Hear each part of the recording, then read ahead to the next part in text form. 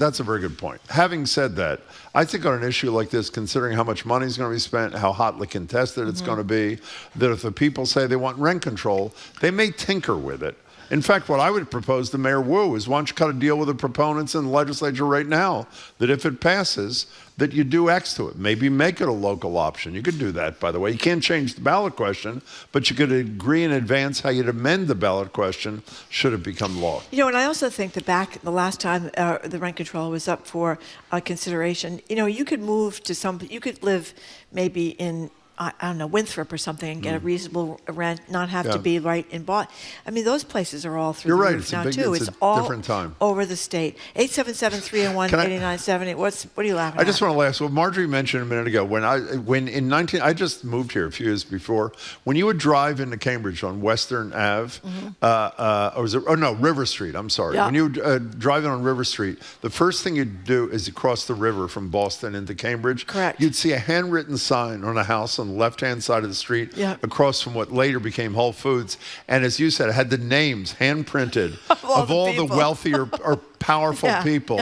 who lived in rent-controlled apartments. And by the way, the solution then, which this doesn't do either, I am of the view it should be means tested. A lot of people say, no, it shouldn't, because wealthier people aren't going to support it if some of them can't benefit from it. So it may be a good policy position to means test it, but not a good electoral position. You know what they also have? They also have these rent control boards in Cambridge and Somerville and Brookline, that when you went to them for a legitimate problem, you know, like with the rent or something like that, it was kind of like you were the Tsarina going into the den of the Bolsheviks. So what are you laughing at? One of our new colleagues, who is kind enough to protect us here with some other colleagues, is Derek. Derek just alerted Zoe that house I was just describing with those hand-printed signs was owned by his mother. Good for her. Well, at least she spoke her mind. We love that. Yikes. Okay, I guess all things are sort of very local. Let's go to Manny in Boston. Hi, Manny. You are next on BPR. Welcome to the show, Manny. Hi. Hi, guys. How you doing? Good. Yeah, I just wanted to say I do support this particular ballot question. I actually helped collect signatures for it. Oh, great. I was really glad that they got enough to get kind of on the ballot. I am disappointed that Michelle Wu says she's kind of either on the fence or not, or could even potentially not come out in support of it. Even just comparing the two rent control, like my understanding is this particular bill, of course, it is statewide, but it also sort of ties rent increases to inflation and caps it at 5%, which I think is a really strong way of doing it. And like Michelle Wu's policy was more, I think it was up to like 10% potential annual increase in your rent. Mm-hmm. So to me, this is it's just a smarter approach. It allows people to be able to afford rent, and it goes beyond just the city of Boston. I think, you know, you look at the suburbs right now, rents are crazy pretty much everywhere. Yeah. And so I think this is something that is kind of needed across the state. You know, I know it's anecdotal, but since you collected signatures, what kind of response did you get from people, including what did the people who refused to sign say? The people who refused to sign didn't necessarily have a specific reason why. They kind of just rolled their eyes and walked past, honestly. But the people who did support it were very enthusiastic. I mean, you know, I was collecting signatures in Jamaica Plain and had no problems whatsoever. People were enthusiastic and ready to sign. So I think overall pretty good support. Manny, thank you. We really appreciate the call. I didn't want to get into details, but since Manny did, without giving you a headache, the primary differences between Mayor Wu's home rule petition and this ballot question were what was just described by Manny. One, Mayor Wu's thing would be a local option, meaning a city or town could decide to do it or not. And her thing had a cap of a 10% increase or CPI, Consumer Price Index, plus 6%, whichever was lower. This one, as Manny said, is more restrictive. It's 5% or the CPI. That's the max that a landlord could increase the rent. And that concerns some otherwise supporters of rent control like Mayor Wu. Did you mention about the small landlords being exempted? Oh, that's huge. In both proposals, by the way. Yes, that's a big deal. New construction for 10 years, so it doesn't hinder development. And landlords, I think 4 units or fewer. So, that's a really good point. So it's huge. You're basically talking about big landlords. You know, somebody was just texting about the role of private equity and pushing up rents, and that is a big problem. And also, a lot of these colleges that are all around Boston don't house their students fully, so that's another problem. All these kids taking up these apartments, most of which, in my experience, are beyond dumpy. I mean, it is incredible the way they get away with keeping these places so horribly maintained, and they charge $4,000 a month. This is not our topic, but I mentioned earlier that it's likely there's a question to cut the state income tax by 1 percentage point, which is 20%. 1 percentage from 5 to 4%, which is 20%. The irresponsibility, that, as I said, is roughly a 10% cut in the budget. I'm sure they'll try to do this during the campaign. I would love to hear what they think they could, what $5 billion they could get rid of. But unfortunately, public up front, you saw this, like 67% or some incredible number support the ballot question. Of course, they haven't heard the details yet, but they support it. And I also think, I mean, I could be completely all wet, but I think there's a growing sense that the government is really screwing people on taxes, and no, we don't have graduated taxes here in Massachusetts. Well, we do because of the millionaire's tax, sort of a backdoor graduation. Yeah. So that. But you're right. Yes, we don't. This is a time when poverty and access to food and rent. I mean, things are really bad, income inequality wise. So I don't know if their timing is right this time around. Especially when the federal government is cutting things, and you expect the state to try to fill in. Yeah, I mean, already, how many times have we heard the governor say there is no way that Massachusetts is going to be able to fill the gap even with the existing money? With the existing money, so we're going to have less money now to fill the gap. I think particularly when it comes to schools, obviously that's a lot of local property taxes, but I think the schools part scares people. You know what I love about Marjorie? Marjorie thinks this ballot question is going to be resolved on a rational basis. But when the voters, 60% of us, voted to eliminate MCAS as a graduation requirement, your position is we had no idea what we were doing, correct? Yes, that is your position. I think we had no idea how bad this was for achievement in the schools, So when you agree with the outcome, the people really get it, and when you don't agree with the outcome, they're clueless. I think that the MCAS, unless you had a kid in high school, or maybe we're thinking about your kid not being able to pass the MCAS, was not definitely affecting you. I think the income inequality is affecting a lot of people. They can't get by anymore. Rent's too damn high. Do you know that? Rent is too damn high. That's right. Thank you, Jimmy. And that's why we just, according to President Trump, elected a communist lunatic to run the mayor, to run the city of New York. By the way, that is what he called him before he met him. If you think Marjorie's making that up. Communist lunatic. Let's go to Dan. And Mondami called Trump a fascist. Right. But that was okay with the president. Apparently it is. Dan in Dorchester. Hey there. Hey, so I think we need the rent control. I currently live in Dorchester and I own my own house. But previously I lived in downtown Boston for about 25 years. My last apartment in Fenway went from $1,550 to $2,400 in less than 8 years. That's unbelievable. And it's 50%. Just like and you could just imagine today that was 5 years ago. I bet you that apartment's now $3,600. No, it's a problem. And it was a 600 square foot basement apartment. 600 square foot basement apartment? That's terrible for $2,400. Was it even a legal apartment? It was legal. But I mean, I saw feet all day long and spent $2,400 on it. Hey, Dan, don't go away. I have a question for you. If people feel like you, but they look into the details of the question and they say, well, I support rent control, but I think this is a little bit too restrictive. Do you think they'll vote for it anyway and say, let the legislature fix the details? Or do you think that could turn people off? I would hope they would, but I have a feeling some of the people outside of the cities are going to be turned off by it. Yeah, luckily they don't have as many Everyone voters. Thinks everyone thinks it's all these, small owners of apartments. But when I lived in Fenway, it was a management company that took care of the building. That's a very good point. Yeah, well, that's what this is going to affect, are the big landlords, right? The big management companies. Not, as we said before, there's people with, is it 4 units? 4 and less. 4 units and less. Or so less, yeah. That's not, and I think if you live in any of them, aren't you exempted if you live in one of them as well? I don't know if that's the old law. I don't know if that's, no, I'm not sure it was the old law. I don't know what the new law is vis-a-vis living. Hey, Dan, thank you for your call. We appreciate your thinking. 877-301-8097. What are you laughing about? No, I'm just laughing about talking about living in a 600 square foot apartment. In the basement. In the basement, yeah. For 25, what did he say? They raised it to $2,500 over Mark has a very good point. What is it? That if rent control passes, some of those state rep landlords may have to get seasonal jobs during their 5 months vacation to afford their own expenses. Okay, we're talking about rent control, the possibility of having it here statewide, the possibility of having it here in Boston. You're listening to 89.7 GBH on GBH and any PM live from the Boston Public Library and streaming at youtube.com/GBH News. We'll be right back. The rent is too damn high.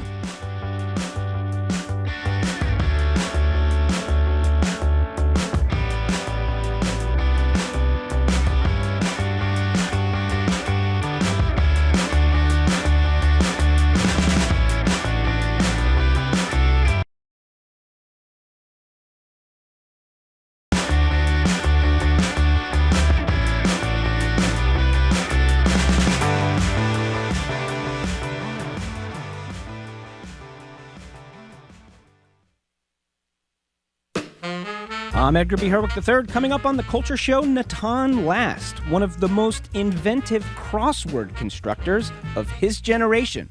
We're going on the grid to talk about his new book, Across the Universe, Past, Present, and Future, which fills in the blanks about the history of crosswords. That and more is on the Culture Show, today at 2 on 89.7 GBH.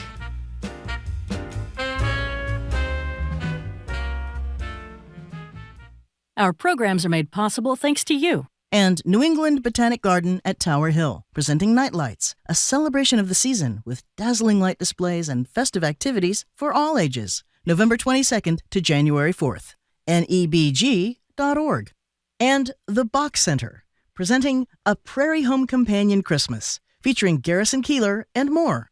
At the Bach Center Wang Theater, December 18th at 8. Tickets at Ticketmaster.com.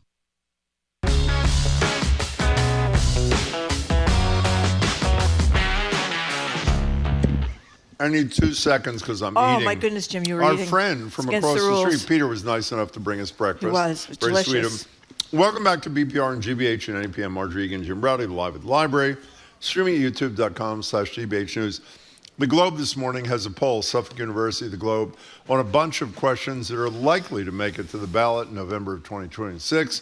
One of them is the reinstitution of rent control. There are details we're trying to stay away from. We're trying to talk about the topic in general. We want to know if you support it and if you think it will prevail with the voters making the decision rather than the landlord-heavy legislature, which didn't even vote on the proposal out of Boston to put rent stabilization back in place. Here's a texter. I'm in favor of rent control, but when we had it before, there were problems. Tenants would get into an apartment, make a lot of money, stay in a rent-controlled apartment, limiting turnover. That is one of the arguments, not that specific one about people making more money and then limiting turnover, that would limit turnover in general, and then it would increase the shortage of housing and not decrease it. I don't know enough to know if that's true, but that's what some of the opponents point out. Mark in Rhode Island, welcome to the show. How are you? Hello. Yes, based on an NPR article, I do not see much conversation about the change in population demographics, including decrease in immigration and the passing away of the elderly population that controls much of the state. So what do you think the implications of those things are? Why'd you bring them up? That, as in the article on NPR, that some of the real estate options will be opening up in the future because it is not going to be controlled by the older people. Yeah, I hear. meaning- No, old people are dying. They've been dying for quite a while, I think. They generally do. It's the people that can't afford to downsize now. I think that's probably what he's talking about. The people that are in 4-bedrooms homes where they don't need to be anymore Right, because but their he's kids are all gone. They can't afford to downsize because everything has become so expensive. But he's also saying there are fewer immigrants. Well, I haven't seen, Mark, I mean, that makes sense to some degree. I haven't seen anybody write anywhere that the decline in immigration under Trump is going to free up enough housing to make this situation decent. So it may have some impact, but I'm guessing it's on the margins. But thank you for your thoughts. We appreciate it. 877-301-8970 is the question. You know what's a crime about this, by the way? And again, this is somebody, me, who spent a decade of my life doing ballot campaigns in this state. The legislature should confront this housing thing in a much more real way. A lot of communities want rent control. They should let them have it. They can set constraints. Mayor Wu's proposal is not a radical proposal. It's a pretty fair proposal to landlords, I would say. They may not like it because they don't like any controls at all. So why didn't they give that a fair hearing rather than just, ignoring the mayor and the city council and the residents of the biggest city in Massachusetts? I think it's fair to say, Jim, that our legislature is disappointing in You their think so? inability to do anything. Yeah, I mean, we're the least effective legislature in the country, aren't we? No, but I mean, again, they're the best vacationing legislature in the country every second year. They're better at taking vacation than anybody. One of my favorite lines from Representative Mariano, who runs the House, is there was some question about whether we could pass some legislation to prevent ICE agents from running around with no masks on. And he says, I don't think that's the year to do this. He said, now is not the time. Yeah, and I'm thinking, if this isn't the time When to is do it? it, when exactly is it? I mean, it's just incredible. What do they do up there? I don't know. They go on a lot of vacation. We do know that. They go to the cigar And I bar guess, in the North End. I We know guess that. if they own millions of dollars worth of real estate, they don't do anything. got to make sure that everything is in tip-top shape in their apartments. At least we hope they do. Anyway, Jim in the car. Thank you for calling. Hello, Jim in the car. Hey, Jim and Landry, how are you? We're good. Thank you for calling. What's up? Long-time listener, first-time caller. We really appreciate it. Can't wait to see you in Ryan Landry's show in about a month. But I wanted to call and just say that I don't know how people do it today. I moved to Boston in 1988 as a student. 4 of us shared a 3-bedroom apartment in Alton for $700 a month. There you go. I'm sure that same apartment is renting for $3,000 a month now. Probably 4. Probably. I don't understand how anybody can do it now. Well, that's the point. I think that's the point. Things have dramatically changed because I can remember renting in those younger years, and it wasn't anything like this. God, I rented an apartment in the Back Bay for $600. It was unbelievable. You did? Yes, right down the street here. Yeah. On Commonwealth Avenue, of all places. Yeah, it was really snazzy.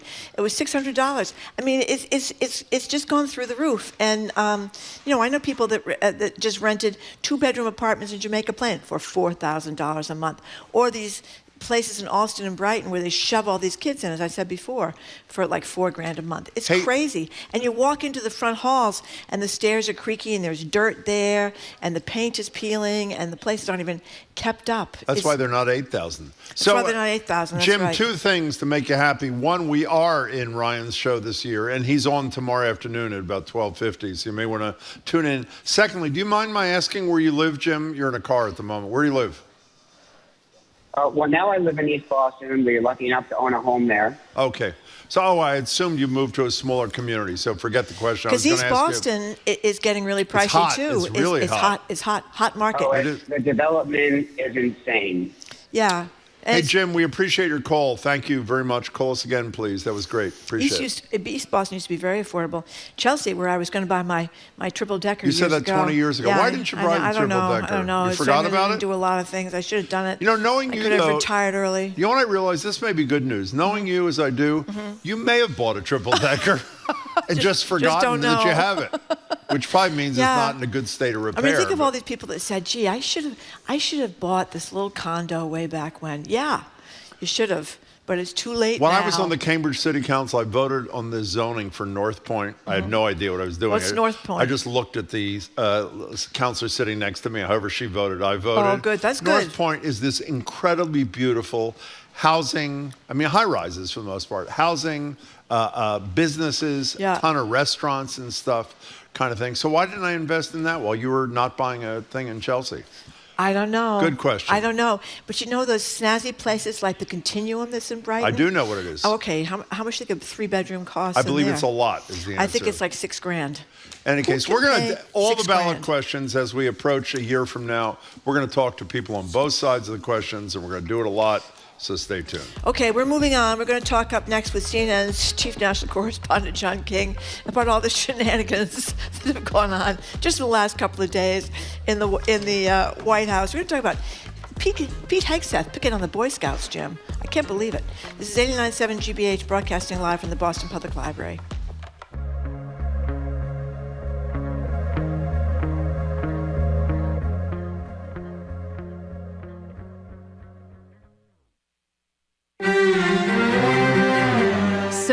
has been gaining popularity in Iran in recent years.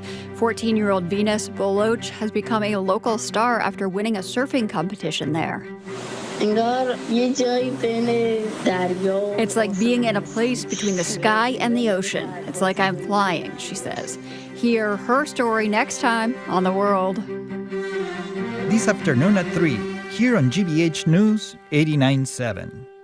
Support for GBH comes from you. And Minute Women Home Care, providing senior home care services to families in the Metro West Boston area for over 55 years. Services include dementia care, fall prevention, live-in, and 24-hour care. MWHomecare.com. And Silograms, a Massachusetts-based maker of custom silicone products, from monogrammed ice cube trays to personalized wine stoppers and pet products. Their line of holiday gift options is available online at Silograms.com.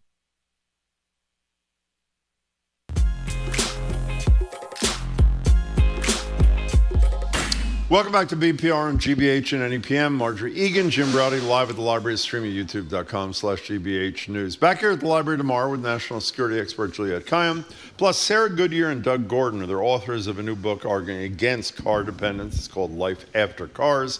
Thursday and Friday, we're off for the holiday. We hope you are too. Joined now on Zoom by CNN's chief national correspondent, John King. Hey, John. How are you? Good. Happy Tuesday. Well, and to you. So, John, what do people think of the chances of getting some kind of deal in Ukraine, some sort of peace negotiation? Where are we? Remember, the president had set a Thursday deadline. He also was supposed to roll out his new health care plan on Monday. Right. And he's going to do the turkey pardoning and head off to Mar-a-Lago. I don't say that to be flippant because the stakes on both issues are so important to so many people. It's literally life and death, health care and the war in Ukraine. So I guess I shouldn't be flippant at all. I just was trying to make the point that the president keeps saying he has firm deadlines for things. He did this in his first term. And he tends to focus more on process than results. Look, he had a very Putin-friendly plan for Ukraine. It was essentially, if you read a fantastic piece in the Wall Street Journal today, essentially shaped by the Kremlin. Kremlin advisors essentially wrote the draft and gave it to Trump administration officials. And then, to his credit, if you support democracies over dictators, the Secretary of State, Marco Rubio, has worked closely with the Europeans this past week to try to pull it back to the point where even Zelensky is saying they're making progress and that, there's some stuff that they can work around now. But they're not close. And it sounds like now in the last 12 to 24 hours that the Kremlin has seen the changes and said, no, Putin's never going to accept that. So let's hope they figure something out here. But forgive me, I'm not an optimist with Kremlin people saying they expect this war to at least go through the end of the year. Again, we should always applaud any president for trying. The starting point was such a pro-Russian, pro-Putin plan that it set off again. Remember last time after the testy meeting with Zelensky in the Oval Office, the Europeans had to stage an intervention. They've done so on a lesser scale this time, and it seems to have worked in the sense that the plan is getting, quote unquote, better for Ukraine. But getting to the finish line here just does not look like it's anywhere close. May I just ask you a quick question about this? Obviously, the United States had a lot of leverage over Israel and Netanyahu because of all the weaponry and all that money we were giving them. I don't understand why we're that involved in this at all, since we're not really doing much for Ukraine anymore, and the Europeans are the funders. So why is this up to Trump? Well, it would be up if an American president actually wanted to demonstrate the leadership to get it done. That would be the traditional role of the world's leading superpower. So on the one hand, you're right that there's not direct U.S. military assistance anymore to Ukraine. So you could say the American role is much lower, much lesser than it was during the Biden administration. However, we are still greenlighting Europeans to buy U.S. goods and send them to Ukraine. So it's kind of a back door, but the United States, those companies now get the money as opposed to what Trump always says free. Biden was giving it all away. But the other piece, Marjorie, that is absolutely critical is the United States intelligence sharing, satellite images, other intelligence sharing to Ukraine, which by all accounts has been absolutely essential in keeping Putin from making more progress on the battlefield. Okay. So, John, you mentioned the healthcare reform, such as it was about to come out Monday yet again. I think 2 weeks is generally how long we have to wait, and we still haven't seen it. Some reports I read say Trump is feeling the pressure, thanks to what the Democrats did, even though they ultimately decided to end the shutdown. And that he'll extend the subsidies for 2 years with some restrictions on who can do them, with income ceilings, that sort of thing. Others say he's just going to give cash to people and allow them to spend it in health savings accounts or whatever the hell it is. Do we have any idea what he is going to propose, if he proposes anything? Sounds like you just outlined the concepts of a plan there, Jim. Okay.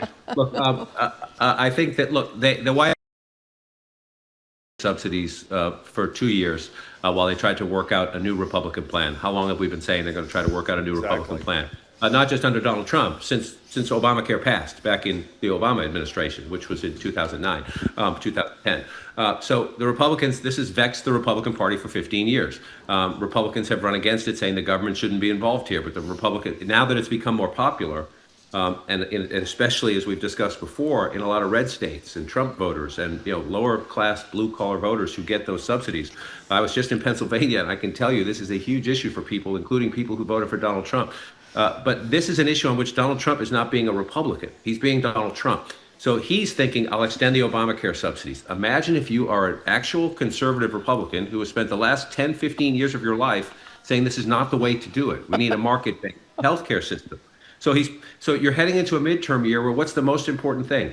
Energy in your base, energy in your party, unity in your party. And so he had a plan that he thought he could impose on the Republicans, but this is another sign. Again, be careful what you hear from people who work in Washington. But Donald Trump is weaker. Has he lost control of the Republican Party? Some people will say that. I'm not ready to go there yet. He still has huge influence over the primary process, and we're heading into a midterm year. He still has huge influence over the fundraising process, and we're heading into an election year. But his approval rating is as low as it has ever been. Inflation remains persistent. Republicans lost those elections you just mentioned. Everything you look at heading into the midterms is bad for the Republicans. They've broken with them on Epstein. They've broken with them on some other issues. There's a fight over Ukraine. There's a fight over health care. So the Republican Party, we always talk about the Democrats trying to find themselves. Both parties right now are in an identity crisis. Well, this is a small thing, and I don't even know if you read about it, but I heard this morning. I couldn't believe it. I'm no fan of Pete Hegseth. A lot of people aren't fans. Even his mother wasn't a fan for a long time there. Now we find out that the Secretary of War, as he calls himself, is ordering that the military sever all ties with the Boy Scouts, because they're now called the Scouts, because in 2018 they admitted girls, so it's girls and Boy Scouts. An incredibly popular program, a place that has sourced a lot of future heroes in the United States military. I mean, I don't get it. We know he's Mr. Pretend Macho or tough guy, but I mean, it doesn't seem like the Boy Scouts or scouting in America is a good thing to attack and say we're not going to have the military support them anymore. Why is he doing this? You know what this is, right? The three fingers for those of you watching. On my honor, I'll do my best. Yeah. There you go. 240. You're a Boy Scout. You're a Boy Scout. Is that right? I was a Boy Scout. I was a Boy Scout, St. Mark's Parish, Troop 40, Dorchester, Massachusetts, back in the day. There were no girls in the Scouts. No, there weren't. I think a lot of us might have wished there were. Look, this is another thing where they provide logistical and medical assistance and others for the big national jamboree in scouting, which is a giant event in West Virginia. They allow scouts to meet on military bases. So it's not the end of the world, I don't think, if this happens. But this is, again, the scouts are on this anti-American, he would call it. I think it's anti-male in his view. DEI. And so anything that if you can attach the initials DEI, diversity, equity, inclusiveness, to anything, Pete Hegseth is against it. I think that's the easiest way to sum this up. Okay. Can we return to what you said about the MAGA base and whether Trump is cultivating it and whether they're as loyal as they were? There are a lot of people who think that when Marjorie Taylor Greene decided not to run, that essentially it's because she had the nerve to stand up to Trump. Trump said he was going to primary her. But a lot of analysts whom I respect say she comes out the winner. That's one. The second thing, which is probably my favorite story of the week, Elise Stefanik, who I find to be one of the more odious politicians in America, who was a moderate Republican when she was at the Kennedy School and then decided to be full-on MAGA, is running for the Republican nomination for governor of New York. And her whole campaign essentially comes down to the mayor of New York City is a jihadist. And he's a jihadist who was just embraced by her favorite politician, the president of the United States. So New York. It's one of the best stories, my favorite stories of the month. So how fractured is that base? Yesterday I saw on CNN, 87% of Republicans still support Trump, which was the exact same number as X numbers of months ago. So are we exaggerating this fracturing deal, John? I don't know that exaggerating. I don't think you're exaggerating the, I just talked about it on Ukraine. I just talked about it on healthcare. The Stefanik thing, again, the president's not operating there. He says she's in a campaign, statements happen, he likes her, she's great. And he will try to help her in any way he can because he's been loyal to him and he's pulled, remember, she's supposed to be the United Nations ambassador. Right. He's pulled the rug under her a few times as well to keep her in the Congress. But yeah, that meeting with Mamdani essentially, so caused a lot of electroshock treatment through the mega base in the sense that the whole idea was the Republicans were going to link all the Democrats to Mamdani in the 2026 midterms and say the Democrats have gone lunatic socialist. And then Trump says, really interesting guy, smart guy, full of energy. He's rational. He's got some interesting plans. I really want to work with him. That's a great ad. Vote against the Democrats because Trump loves them and thinks they're great and rational and we want to work with them. So this is a, for all the inconsistencies in Trump, this is a constant. He did what he wanted to do for Trump. And let's give him some credit. He actually does love New York City. He likes winners. He was impressed by Mamdani's energy and his focus in there. And if he can work with the mayor of America's largest city and all the problems that it has and all the challenges that it has, amen. That's what an American president's supposed to do. But politically, it just blows up his party's plan. And it hurt, at least in the short term, hurts the already long shot candidacy of Elise Stefanik in a blue state. But Trump does what Trump wants. Trump does not act like the head of the Republican Party. Because in some Republican Party, he acts like the head of the Trump Party, and he expects you to follow him, not him to listen to you. Yeah. Talking to John King. He was supposed to be the face of the Democratic Party in 2026. Right? They may well get back to communist that. jihadists. They may well get back. Once he's actually mayor, he and Trump are going to disagree on some things, and then what happens then? So we may get back there, but in the short term, this is just, again, I call it a disruption in the force. Marjorie Taylor Greene is on the outs with Trump. And Zohran Mamdani is on the in with Trump. Everybody was prepared for that conversation, right? Okay, here's another one. It may just be what you're talking about, that Trump does what he wants to do. He gets ticked off and he does something bizarre. But another thing I don't understand, here's Mark Kelly, astronaut, fighter pilot, war hero. His wife, Gabby, was shot in the head, almost killed, a former congresswoman. He was one of those veterans that get up and said that military men and women do not have to follow illegal orders, which they don't have to do. That's one of the rules, right? You don't have to follow illegal orders. And now he's ordered the Pentagon, we think he ordered it to the Pentagon to investigate him and possibly bring him back to the service and court-martial him. I mean, again, why? Oh, it's a candy to the mega base because they think we're going to get these guys, right? We're going to get these guys. That's un-American. That's seditious, as Trump said.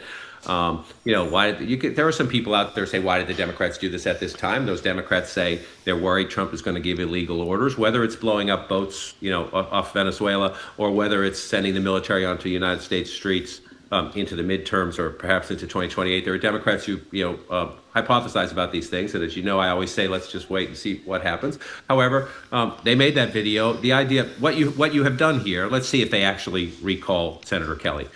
Who is an American patriot, an astronaut, by the way. His resume is a little deeper in terms of service than Pete Hegseth's. I'm just going to say that. I'm not discounting, and I'm not. I want to be very clear, not discounting Pete Hegseth. He served honorably. In any way. Served honorably in wartime and deserves credit for that, whether you agree or disagree with his politics. But Senator Kelly has a very impressive resume of service, including flying into space, as he says, on a rocket built by the lowest bidder. That's right. I never heard that. That's a great line. It's a great line. Hold on to your hats. What they've done here is they're running a risk of elevating him. They're running a risk here. Yeah. He's already a popular Democratic surrogate. He's already a pretty good Democratic fundraiser. Kamala Harris, he was the other choice. That's right. For Kamala Harris, he was the other choice on the thing, and they didn't view him as dynamic enough, or they didn't think he could, bring enough in. He's not the most, spellbinding public speaker, but he's an interesting guy. And as we head into the 2026 and then into 2028, we'll see what they actually do. But in the short term, again, they have elevated him by doing this and made him more of a folk hero among Democrats. Well, it's not just, I agree with that completely. It's not just elevating him, but I saw another, to me, encouraging poll that we all know that the cases against Comey and James Comey, former head of the FBI, Letitia James, the Attorney General of New York State, were dismissed yesterday without prejudice, means they can be brought again, even though there may be a statute of limitations problem with Comey. The poll I saw this morning, John, by almost 60 to 40, the American public said those prosecutions were not justified. But by a 10-point margin, the same people said the prosecution of Donald Trump was justified. So not only is there potential, as you said about Kelly, to make him a hero, every minute he is talking about one of these retribution prosecutions is another minute he's not talking about the only thing the American people care about. I shouldn't say the only thing. The primary thing, the economy. I mean, it is incredible to me that a guy who is so skillful, and it gives me hives to even say this, but he is a very skillful politician, as evidenced by the fact he was elected a couple of times, doesn't understand. That's what people want to hear about. And when you talk about it, they don't want to hear you say grocery prices are going down when they're going up. But every minute spent on Comey, James, and Kelly is another minute not spent on the economy, right? Right. So there's a lot of ways to look at this, as always is the case with Donald Trump. Number one, if you assume he's not going to be on the ballot again and he's not going to stay in power, it's he doesn't care and he wants retribution against his critics. And if he angers the American electorate, so what? Because I don't need their votes again. It's one way to look at it.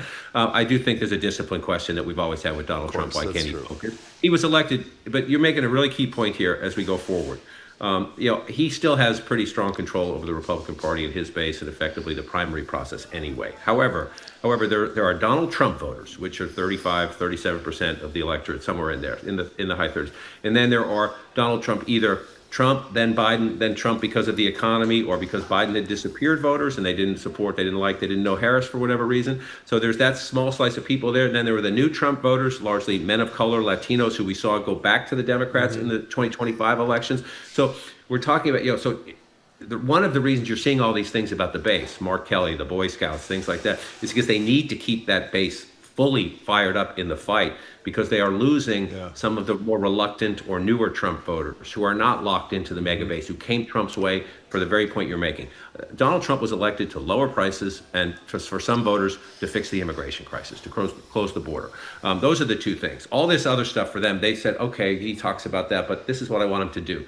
Every time he's not doing goal one, which is lower prices, and then doing something else that's blowing up and causing dust, he just hurts himself. It's almost like a double effect, right? He's not helping you here, and he's doing this distracting Trumpy stuff over here.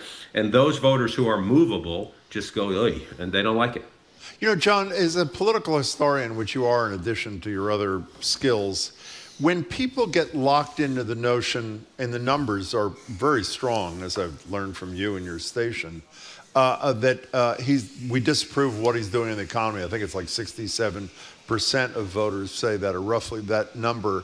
How locked in is that 12 months ahead of a midterm election? Meaning, well, you know what I mean. Are people's views so locked in that if even he had some success in 6 months, lowering the cost of X, Y, or Z, beef, for example, that it would be irrelevant? How much do facts matter once you've made a decision a year out on something like that? History tells us history does not always apply with Donald Trump, so I want to be very careful about that. But in the midterm elections, it actually has. The one thing that has been constant in 2018, in my lifetime, 40 years of doing this, the president's approval rating has always been the North Star of midterm elections. And it was in 2018 when Donald Trump got smoked and Nancy Pelosi became speaker and they won 40 seats. President's approval rating is as low, if not lower, than it was then, depending on which polling you're looking at. History tells you people's views on the economy tend to be about a year out, right? Here's the point I'd make, Jim. For all the polling you're going to see and all the Washington talk you're going to see, look at the University of Michigan Consumer Sentiment Index. It is almost at its second lowest point in history of taking it right now. And look at American credit card debt. Credit card debt is an all-time high. A New York real estate developer, for example, or a guy who owns hotels, when inflation is up, they can pass that on to the consumer. When you are living paycheck to paycheck and your costs are up, you pass it on to your credit card. Yeah. Then you're paying higher interest on that. That debt is with you for years. So even if prices go down tomorrow, you have this backlog of debt that you have made that drags on your family pressure and adds stress to your life for the foreseeable future, for way out beyond, because you're paying 18, 20% on that credit card debt. And I was just in Bethlehem, Pennsylvania, and I talked to a whole bunch of three-time Trump voters who are just exasperated about the cost of living. Does he have time? Maybe. But is it Are people in a funk out there? The people that Republicans need to vote for them? Yes, they're in a deep funk. It's the same funk that got Trump back in the White House.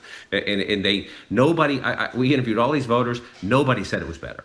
Some said it was about the same, but nobody said it was better. Some said about the same. And again, a lot of three-time Trump voters said it's actually a little worse.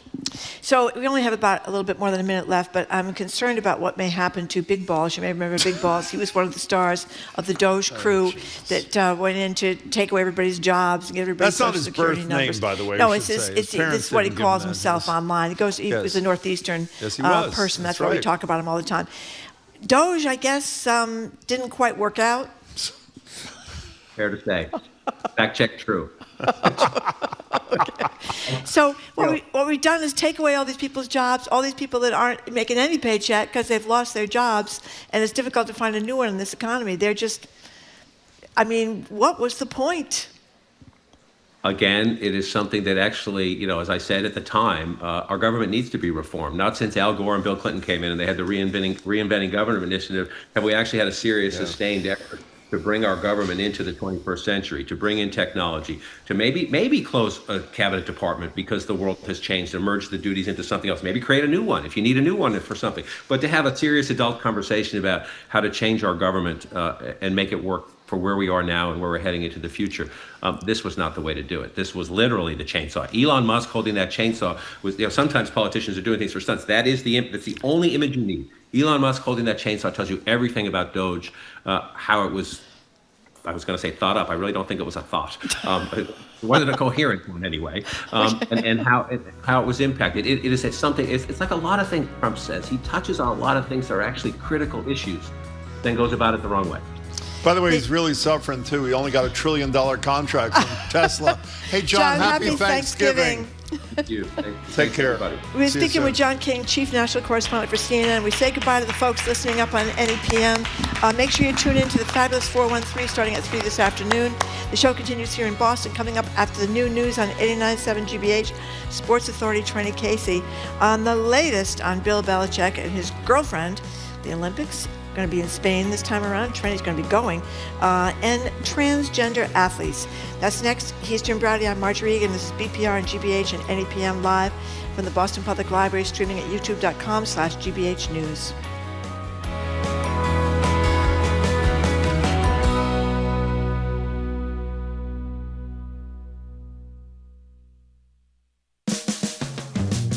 You're listening to Boston Public Radio with Jim Browdy and Marjorie Egan. Just ahead, more smart conversation about what's going on in our community. Stay with us here on GBH 89.7. Funding for our programs comes from you. And Newport Mansions, presenting a live performance of Charles Dickens' A Christmas Carol with Grammy-nominated ensemble Skylark and guest narrator Christine Baranski, December 19th at the Breakers. Tickets at newportmansions.org. The war for American independence faces its toughest challenge yet as General Washington tries to defend New York City. The American Revolution, the new 6-part documentary from Ken Burns, continues tonight at 8 on GBH2. You're listening to 89.7 WGBH HD1 Boston. Online at gbhnews.org. GBH News. What matters to you? I'm Jim Browdy, head on Hour 2 of BPR live from the Boston Public Library. We start with NBC Sports Boston's Trenni Casey on the story of a would-be basketball star whose career took a pivot to country music, plus a Belichick daughter-in-law trashes the elder Belichick's 24-year-old girlfriend. I'm Marjorie Egan. Then it's Boston Globe staff writer and Pulitzer Prize finalist Abdallah Fayyad on what freedom in America looks like in 2025. And what does that mean for city streets? How do they feel actually safe? Zooming in from the 16th Annual March for the Food Bank, we'll also check in with Congressman Jim McGovern as he makes the journey from Northampton to Greenfield. All that ahead, BPR 89.7 GBH.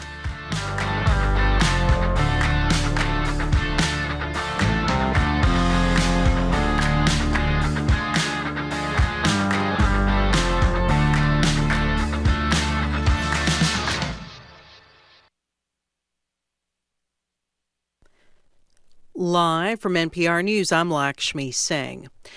Ukraine's National Security Advisor says President Volodymyr Zelensky could be heading to the United States in the next few days to meet with President Trump. NPR's Eleanor Beardsley reports that two leaders are expected to discuss the most sensitive parts of a possible peace plan to end the war with Russia. The European-backed initiative replaces the 28-point pro-Russian peace draft that was struck down in Geneva this week. The Kremlin has already rejected the new plan. Zelensky told his nation to steel itself for intensified Russian pressure. Hours later, the Kremlin launched 22 missiles and more than 400 drones at the Kyiv region. 7 people died. 25-year-old barista Mikhailo Didenko says it was an awful night. I woke up from the explosions and I wanted to cry, he says. Didenko says it's good there's a new plan to replace what was a complete capitulation. He's hoping something can be achieved in the coming months because he says people are exhausted. Eleanor Beardsley, NPR News, Kyiv. NPR has learned that Defense Secretary Pete Hegseth plans to stop cooperating with Scouting America, what was formerly called Boy Scouts. That would break a century-old tradition. Hegseth has criticized changes in the organization, among them allowing girls to join. Graham Smith with the NPR investigations team has been reviewing internal Pentagon documents. There are a number of documents shared by a source with DOD, including a draft report to Congress from Hegseth explaining why the Pentagon won't be supporting next year's Scout Jamboree, which is a gathering of about 15 to 20,000 youth and leaders in West Virginia about every 4 years. The military provides logistical and medical support, and we also have memos and draft orders relating to other ways the military is going to cut ties. They're not going to let scout troops meet on military bases anymore, and they'll stop offering incentives that channel a lot of top scouts into military service. NPR's Graham Smith on Morning Edition. NASA says it's scaling back its Starliner contract with Boeing. NPR's Nell Greenfield-Boyce reports the space agency says it's now planning 4 Starliner flights with crews instead of 6. During its first flight with astronauts on board, Starliner had problems with its propulsion system. The glitches worried NASA so much that officials decided not to use Starliner for the crew's return trip. Instead, the astronauts had to stay on the International Space Station for months until they could catch a ride back in a SpaceX capsule. Since then, Boeing and NASA have been working on system upgrades. NASA now says the next Starliner flight to the station will carry only cargo. That flight is scheduled for no earlier than April. If that goes well, the agency says Starliner will be used to fly up to 3 crew rotations to the station. Nell Greenfield-Boyce, NPR News.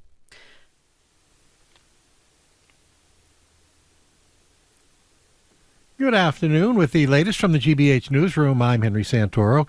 The company that owns the Pilgrim Nuclear Power Station is talking about its loss in a critical appeal. Holtec had applied for a state permit to release wastewater from Pilgrim into Cape Cod Bay and was denied that permit and then lost an administrative appeal. The decision still has to be finalized by the Commissioner of the Department of Environmental Protection. And speaking Monday to the state panel on Pilgrim, Joe McDonough, project director for Holtec, says the company is aware of the recommended decision. Right now, I can tell you it's Holtec's just evaluating, waiting for the commissioner's final decision, and then we'll evaluate what the next steps are there.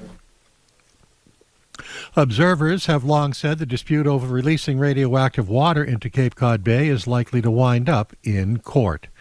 And a historic house in Braintree is officially on the rental market, but there's a catch, which we will get to in a second. For $3,275 a month, not including utilities, you can live in the home that served as Braintree's very first post office. The 2,000-square-foot, 2-story Asa French house at 766 Washington Street, which is owned by the Braintree Historical Society, has 3 bedrooms and 2 bathrooms. There are 8 rooms in all, plus a sizable yard and a detached 2-car garage. Here's the catch. It's a historical house, and that means whoever rents it must allow tour groups to come through. Sounds like fun, doesn't it? Sounds like it would make for a great sitcom. 50 degrees in Boston right now. This is GBH News. Support for NPR comes from NPR stations. Other contributors include Capital One, offering their dining and entertainment card, Savor. What's in your wallet? Terms apply. Details at CapitalOne.com. And listeners like you who donate to this NPR station.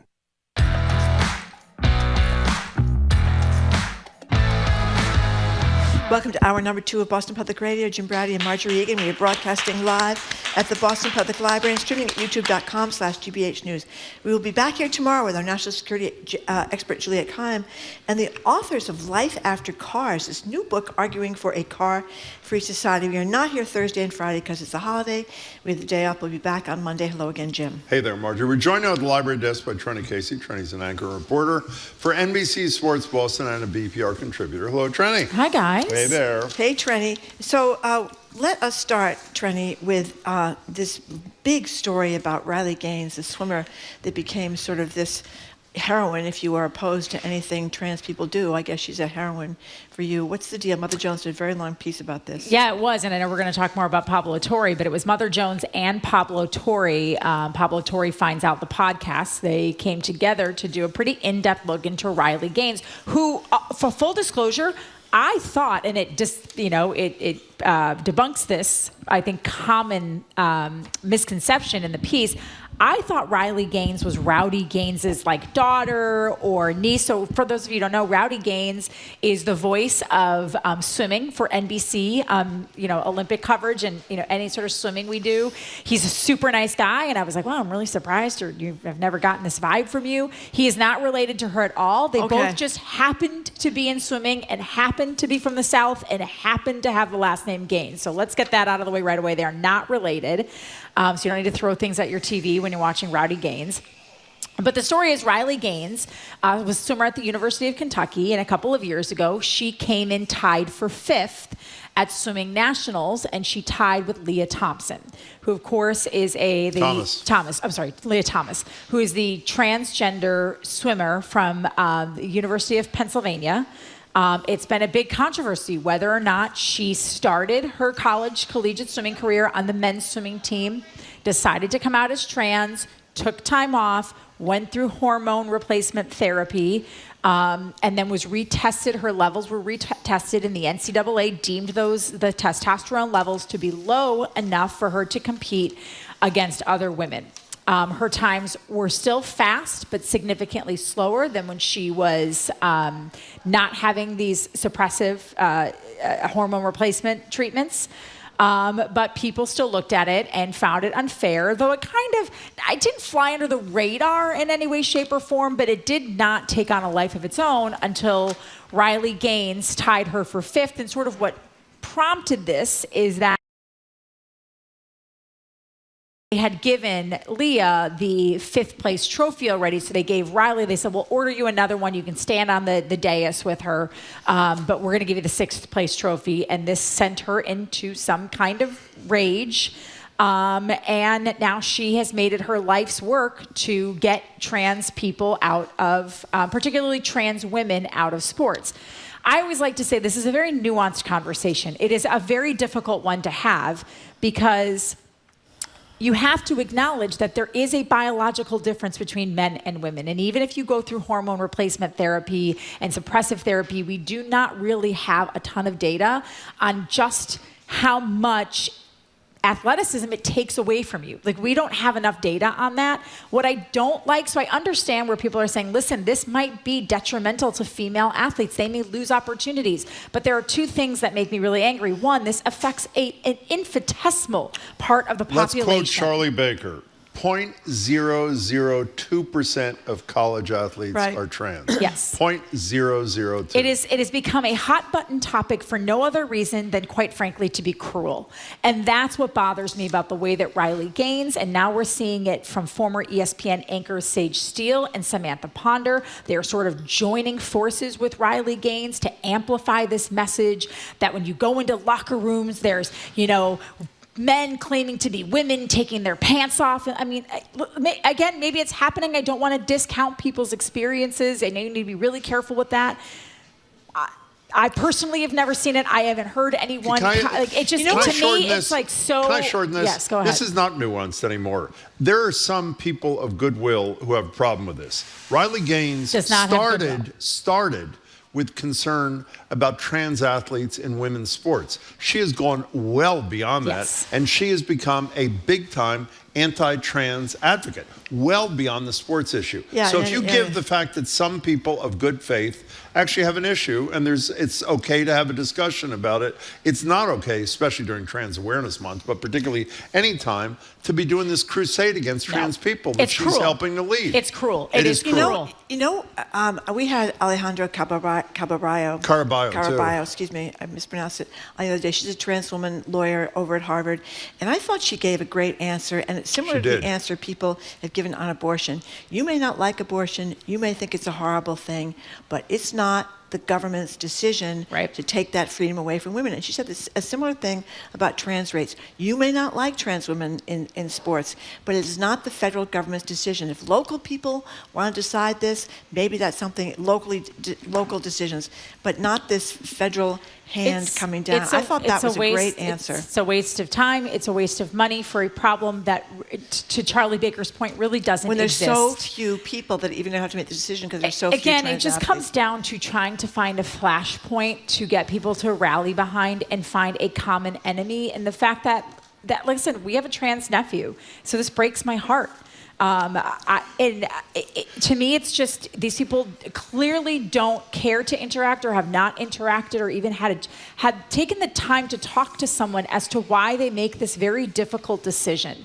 And when you don't feel like yourself, like I worked with a trans woman and she worked with us through her transition. And I remember when she was a he, and I remember thinking, God, he never seems happy. When he became she, it was a different person. You could feel that she felt like herself, and that changed my entire perception of it. And also, it doesn't affect me in any way, shape, or form. Like, can we just let people be what they want to be? I mentioned this last week, but why not plug it again? The Daily did a great, it's a New York Times podcast. It's a daily podcast. That's why they call it The Daily. They did an intensive interview with this couple and their trans child, and it was great. If you don't understand what's going on there, listen to that for half an hour. You'll get a real sense. PBS actually did a wonderful, Frontline did a wonderful two-part documentary years ago that I would highly encourage people to watch because it just gives you a sense, you're just putting like some humanity to it. And again, I understand the argument of, whether or not and how we should handle, it's not categories, I guess it's categories, male, female, non-binary, like how should we divide up athletes so that everyone has a fair chance to compete? I don't think that that's a conversation we should entirely ignore. I think you were given far too much credit. I think there, again, I think most people aren't in good faith. See this as a winning political issue. Yes. That's why the Republicans spent so $200 million on those disgusting commercials. But you do have to address that issue that it's hurting. It definitely hurt the Democrats last time around. Okay, let's go from the sublime to the ridiculous. Adrian Nunes. No, forget Adrian Nunes. Oh, what happened Time to is Adrian short. Nunes? Let's talk about what everybody wants to talk about. Bill Belichick's daughter-in-law, for 40 to 60 minutes, went nuts in front of Bill Belichick so great. On Bill Belichick's 24-year-old girlfriend. You may have heard about her. Yes. Jordan Hudson. What happened exactly? So just a deluge of information. It'd been kind of quiet out of Chapel Hill. Sadly, it has been, yes. We knew the Tar Heels were losing, but we hadn't gotten any good salacious gossip out of Chapel Hill recently. But that changed this weekend when the New York Post reported that following a loss to, it wasn't a loss to Stanford. It was a loss to Stanford. I think, yeah. Jen Belichick, who is the wife of Steve Belichick, who is Bill's son and defensive coordinator at the University of North Carolina, and who, by the way, has been outspoken. If you see, she makes comments every once in a while on social media regarding... And then pulls them down, usually, after she makes them.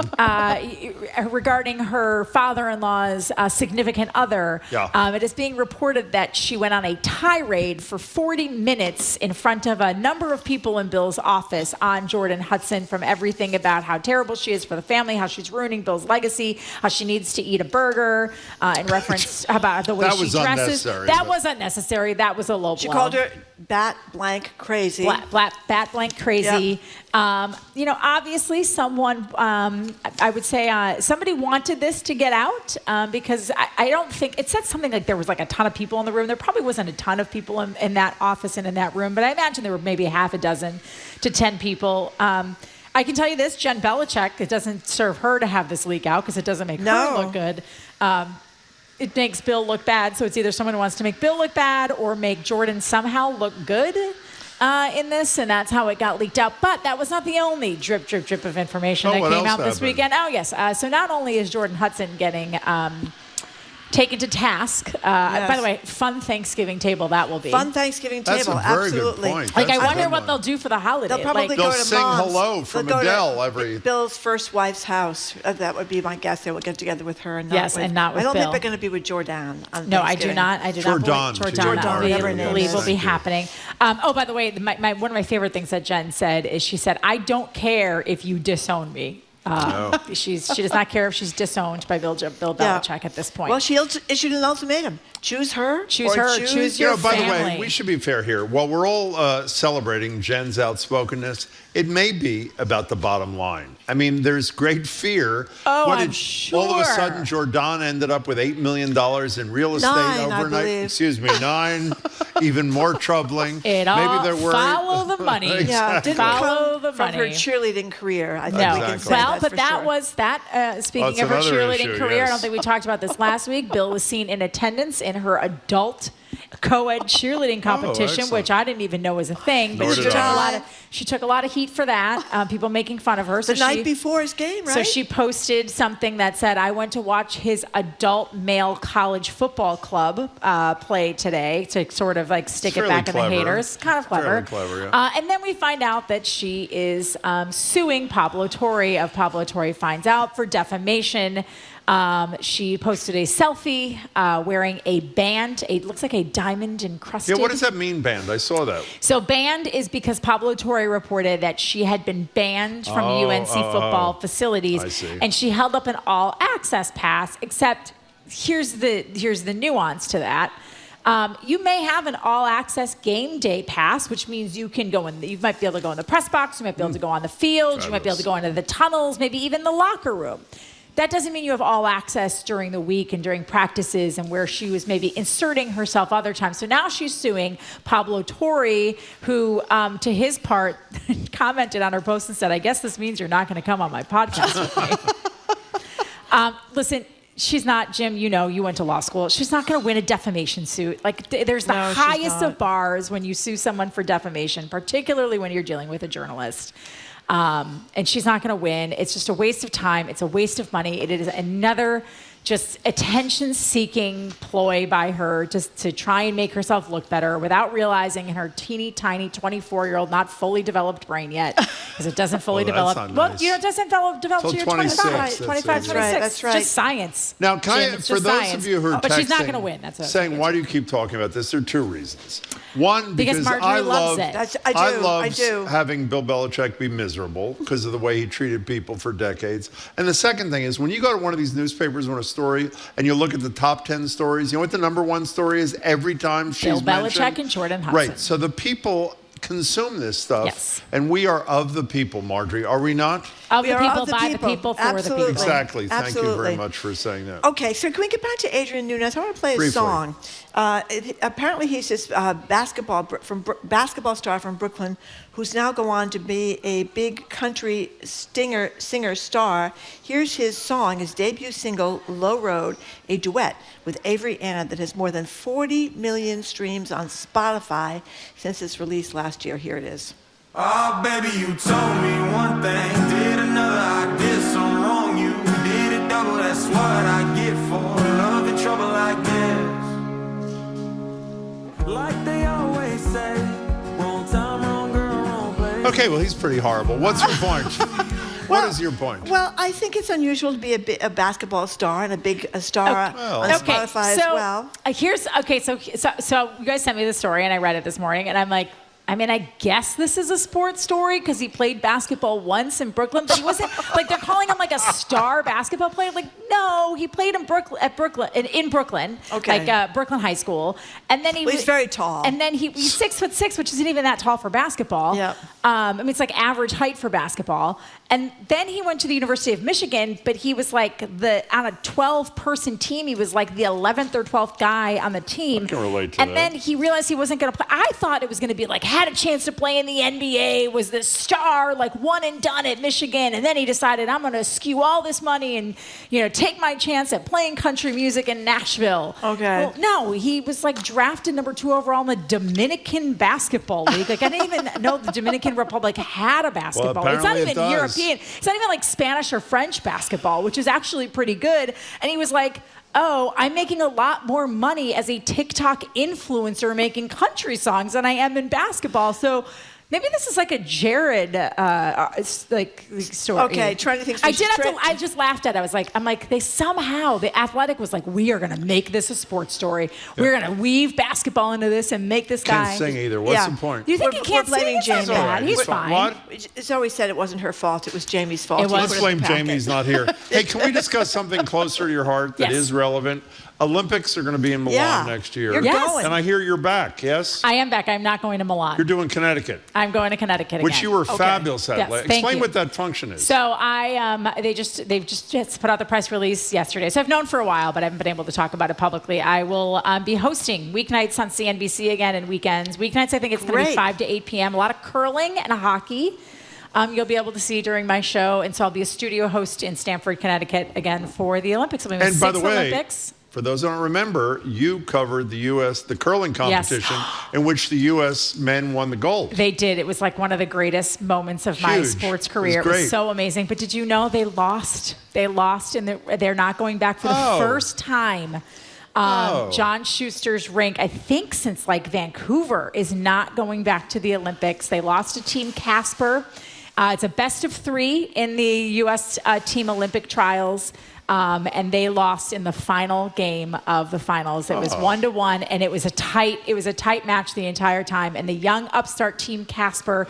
The unfortunate thing is, USA Curling has not had the success recently as it had in that like stretch. From 2017 to 2019, 2020, neither U.S. men or women automatically qualified for the Olympics this time. They didn't place high enough at the world competition last year.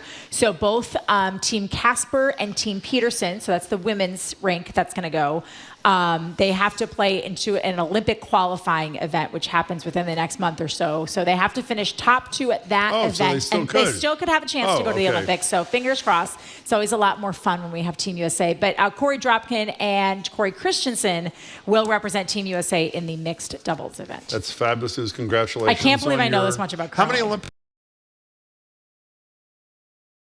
Thanks, guys. Good to see you, Trenni Casey. Happy Thanksgiving. Thank you very much for joining us, Trenni Casey. We've been speaking with Trenni Casey, anchor reporter for NBC Sports Boston, BPR contributor, and going to be an Olympic commentator pretty soon.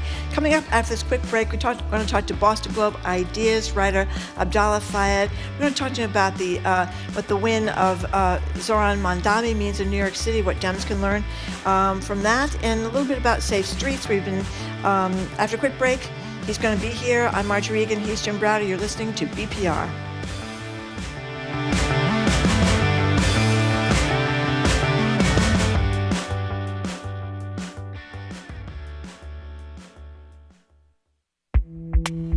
When you call 911, you can't choose which ambulance company responds. Most times, they're out of network, which leaves people thousands of dollars in debt and even lands them in court. It's the one area where consumers in an emergency literally have no protection whatsoever. They can't afford to pay these bills. It's just not a possibility for them. I'm Liz Niesloss. You can read the rest of that story online at gbhnews.org. Our programs are made possible thanks to you. And Mass General Brigham Health Plan, providing helpful digital tools, world-class providers, and coverage that help you live in the moment. More at massgeneralbrighamhealthplan.org. And Minute Women Home Care, providing senior home care services to families in the Metro West Boston area for over 55 years. Services include dementia care, fall prevention, live-in, and 24-hour care. mwhomecare.com.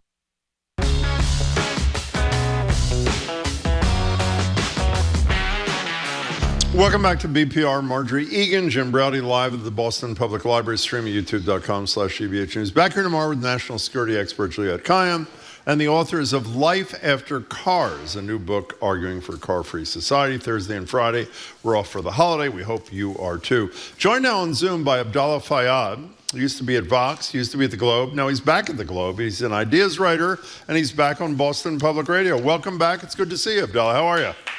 I'm doing well. Thanks so much.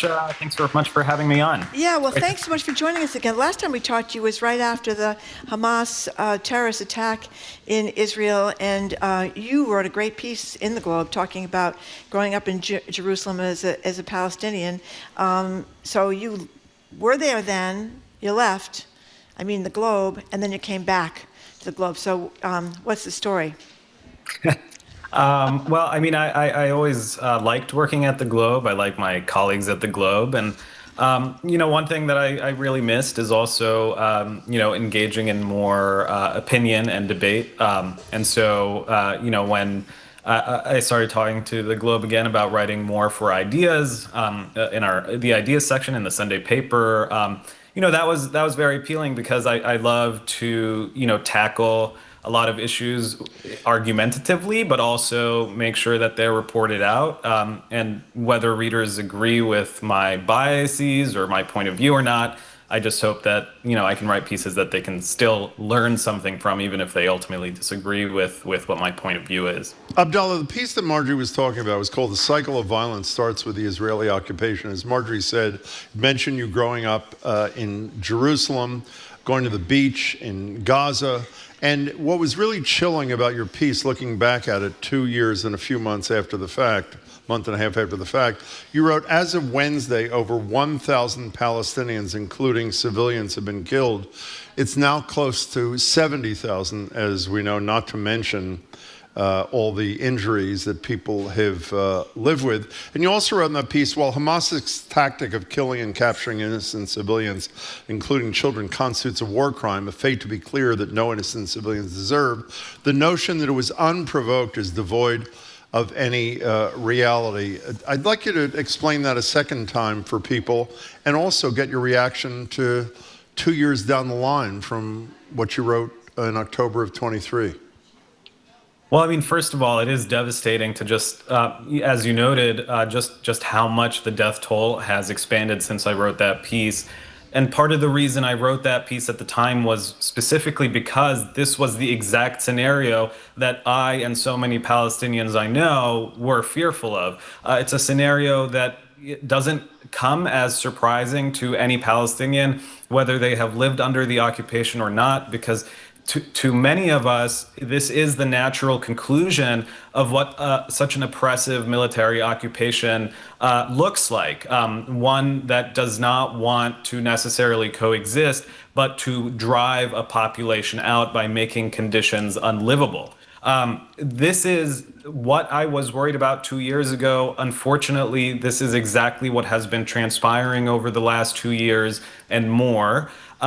But what I was writing about then was specifically to avoid making the mistakes of decontextualizing what Israel is doing in Gaza and what happened on October 7th as well. The reason it was important then was to ensure that there is no overreaction from the international community, that the international community puts pressure on Israel to show restraint, because when it is unrestrained, then we can see this level of death and destruction that truly is at a horrifying scale that is very difficult to see how we can rebuild from. But the reason in particular that the context matters is because in order to have peace, in order to be able to move forward, you cannot look at any kind of Palestinian action, be it nonviolent or violent, be it a war crime or not a war crime, without looking at the context that precipitated that event. And the context that precipitated that event was violent. It was daily violence. It was oppression. It deprived people of fundamental freedom and rights. And if we don't acknowledge that within the media and we don't acknowledge that within the United States, then it is to say and to accept that the status quo before October 7th which deprived millions of people of their most fundamental rights, of their basic human dignity, that status quo was somehow not violence at all, that status quo was acceptable, that level of violence that Palestinians face day in and day out is something that the world should be willing to accept. And anything in reaction to that is something that is absolutely unacceptable and will result in something like we have seen over the last 2 years, which, as you well know, most human rights organizations, both international, even Israeli human rights organizations, genocide scholars, have now deemed a genocide. And there is a pending case in the International Court of Justice accusing Israel of genocide as well. And this is the exact scenario that I was trying to point out 2 years ago, in the hopes that people look at the broader context in order to avoid this outcome.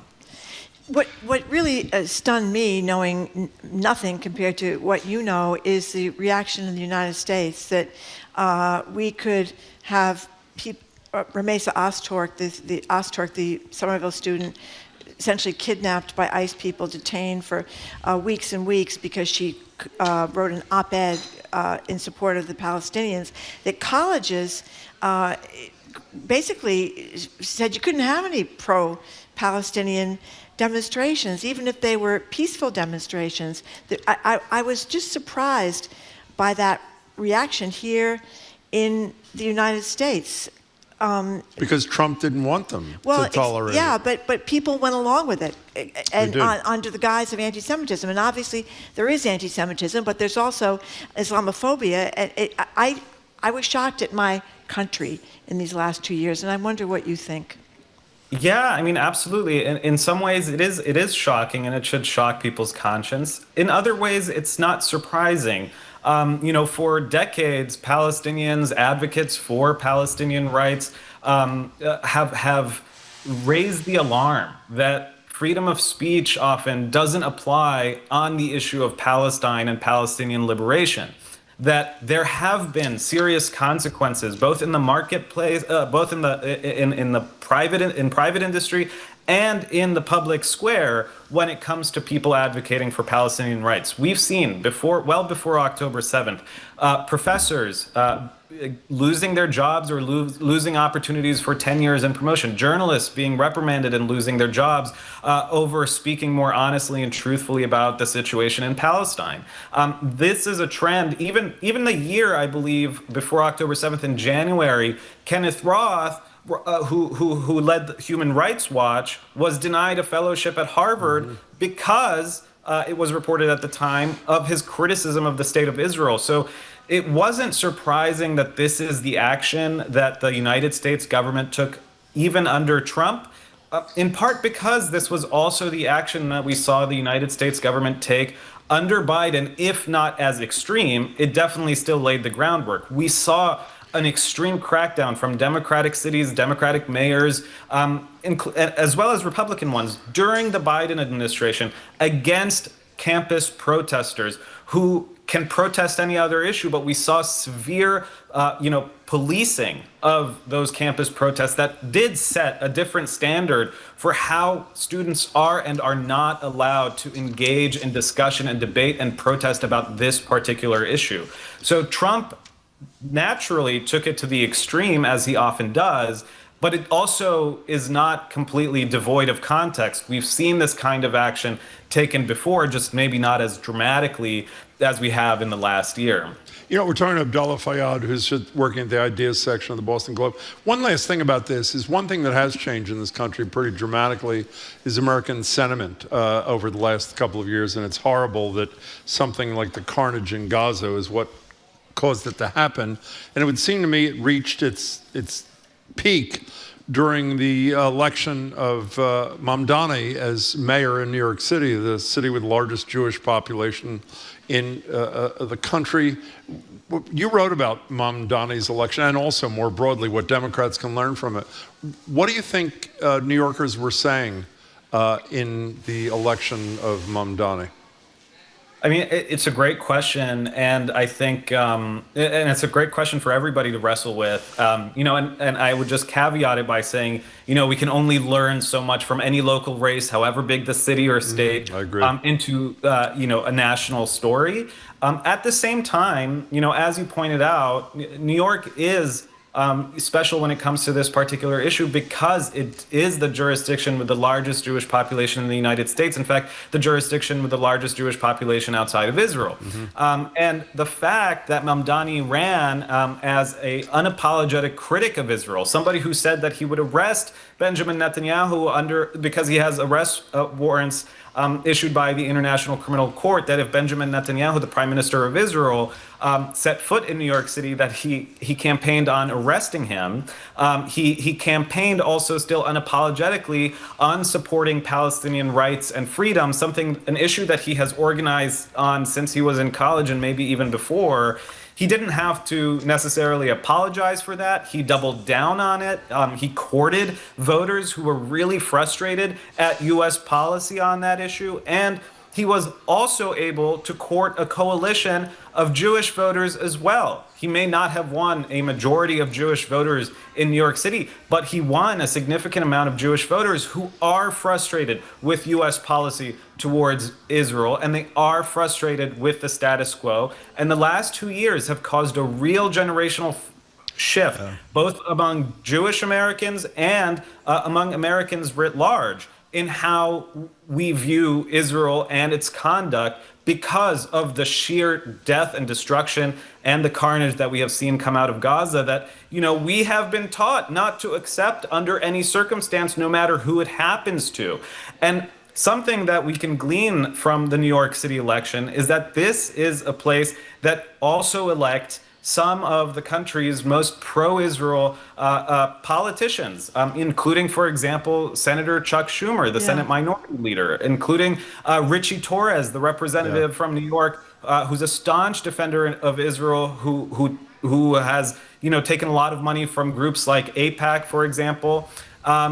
And for now, New York City said enough is enough, that we're actually okay with this kind of politics. And if that kind of politics around Israel and around Zionism is possible in New York City, then a lot of politicians can probably learn that it's possible elsewhere as well, where maybe there is even more of a shift towards attitudes on Israel. And we're seeing this particularly among Democratic voters, where just 10 years ago, it was a plurality of Democratic voters sympathized more with Israelis over Palestinians. And now that has completely reversed with, I believe, and maybe don't quote me on this because I don't, but I believe that now it's not even just a plurality, but even a majority of Democratic voters sympathize more with Palestinians over Israelis on this issue. And so that's something that Democrats, if they want to bring disillusioned and young voters in particular back into the fold, that's something they really have to wrestle with and not sweep under the rug as just a one-off in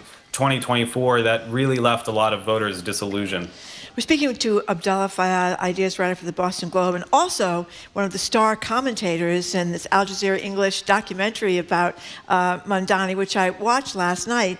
And when you see him in that documentary, you did a very good job, by the way. Your points are very good. Thank there. You. You're welcome. But when you see him in that documentary, I'm thinking to myself, this is not original, but there's a charisma to him and a charm to him that is, to me, like a little bit like Barack Obama. The guy smiles and he's running out there in the street early on in the election, interviewing people that were Trump voters and all that kind of stuff. That makes me think, as you said, maybe we can't draw too much because he's a uniquely appealing candidate. What do you think? Absolutely, undoubtedly. I mean, he undoubtedly is a super charismatic politician. He's a very talented and skillful politician, both, in front of cameras and apparently behind closed doors, because when he was running as a democratic socialist in the financial capital of the world. And so, you had a lot of moneyed interests, bankers, Wall Street really afraid at the prospect of somebody identifying as a democratic socialist governing over their city. And yet when he met with them behind closed doors, a lot of them begrudgingly said he was charming and maybe somebody they could work with. And as we saw just last week when he went to the White House, the animosity between him and Trump, was clear throughout the campaign. Both, hurled all kinds of names at each other, some maybe more justified than others. Trump engaged as well in a lot of kind of racist fear-mongering that we saw from Republicans about Zohran Mamdani, and as well from some Democrats as well, and Islamophobia. But at the end of the day, when he went to the Oval Office, he came out with both men smiling, with Trump showering him with praise, clearly happy with the meeting. I mean, that tells you something, that he is a political talent. He is unique in that sense. I don't think that kind of talent is very common among politicians. It requires a lot of training. And this guy kind of came out of nowhere. And there absolutely, I think, is a parallel, to the Barack Obama's kind of politics and how he's able to communicate with people. And I think ultimately the message that he ran on, what makes him so similar, I think, to Barack Obama, is that, in spite of all the criticisms that he had of America, that he had of the incumbent administration in New York City, of Donald Trump, in spite of all the criticisms that he had, he also presented a very optimistic vision for the future. Yeah. This pride in New York, this pride in the community he's a part of, and this optimism and hope for the future that I think voters have been desperately craving. And I think that's a lesson that is really important for Democrats. A lot of their voters are afraid of Donald Trump. They're afraid of what's happening to the country. And a lot of them are voting on that fear, and they're, in fairness, turning out. But I don't think that's enough to turn out enough people to win, because in addition to making sure that people understand the stakes of the erosion of democracy, of the brazen, unprecedented corruption that we're seeing in the White House, you can't just expect people to vote against that. You want people to come out to vote for a vision of the country, for a vision of the future that is optimistic, that can make you believe that maybe things don't have to be this way. Maybe things don't even have to be like they were before. Maybe they can even be better. And that's something that I think Mamdani really showed Democrats across the country, whether they're ideologically aligned with him or not. That's something they can learn from. How can you run on a hopeful, optimistic message that can get people excited to show up to the polls? Let me just temper this by saying I too celebrate Mamdani's message. It didn't hurt that he ran against a sexual predator in Curtis Sliwa, I should say. So, I mean, we should put that in some context. Well, I think that's absolutely true. But at the same time, Kamala Harris ran against somebody who has been accused of sexual assault and harassment. Yeah, very good point. 20 times. Very good point. As did Hillary Clinton, and Joe Biden, beat him, but also by the skin of his teeth. About 44,000 votes in the 3 closest swing states. So, I think there's still, in spite of that, is something to be said about the optimism. And particularly when you look at the numbers of young people who showed up in the primary, there is this. A lot of, I think, Democrats have to think not just about swing voters or voters whose minds they can change or convince, but also non-voters, people who just refuse to participate because they're so, disillusioned with the system. That's a real problem that I think does erode trust in government, and then allows the kind of corruption we're seeing out of the White House now go rampant, because people are just, shrugging it off like this is our government, this is what we expect, because there's really no hope for, a cleaner government that can actually serve people. Abdallah, we only have about a minute and a half left, but I want to get your sense about somebody that we've meant to talk about but have just not gotten to. Graham Plattner, who is the sort of gruff oyster guy from Maine, who was one of the darlings of the Democratic Party until some old communications came out, till we saw him with his shirt off with a Nazi reminiscent tattoo. I am wrong about almost every prediction I've ever made, I should say to you. One of the things I said is nobody is going to have a checkered history of any kind, and survive it like Donald Trump has survived his. Plattner has survived it. I looked up a poll this morning. He's several points ahead of the sitting governor who's running for Senate in the Democratic primary, 2 or 3 points ahead of Mills. And in a final, should he make it, he's 2 or 3 points ahead of the incumbent Republican Senator, Susan Collins. So in a minute, why has he survived this mess in his past, in your estimation, at least so far? Yeah, I mean, you're totally right. And this is also why I don't make predictions anymore, because totally unpredictable moment in American history. But I think part of this is also, what we were talking about in the context of Mamdani. I think a lot of voters are just frustrated with the establishment. Yeah. And one thing that ties a lot of these candidates together, whether they're Republicans or Democrats, is they're running as the anti-establishment candidate. That's it. Plattner is running unapologetically against the billionaires, against the oligarchy.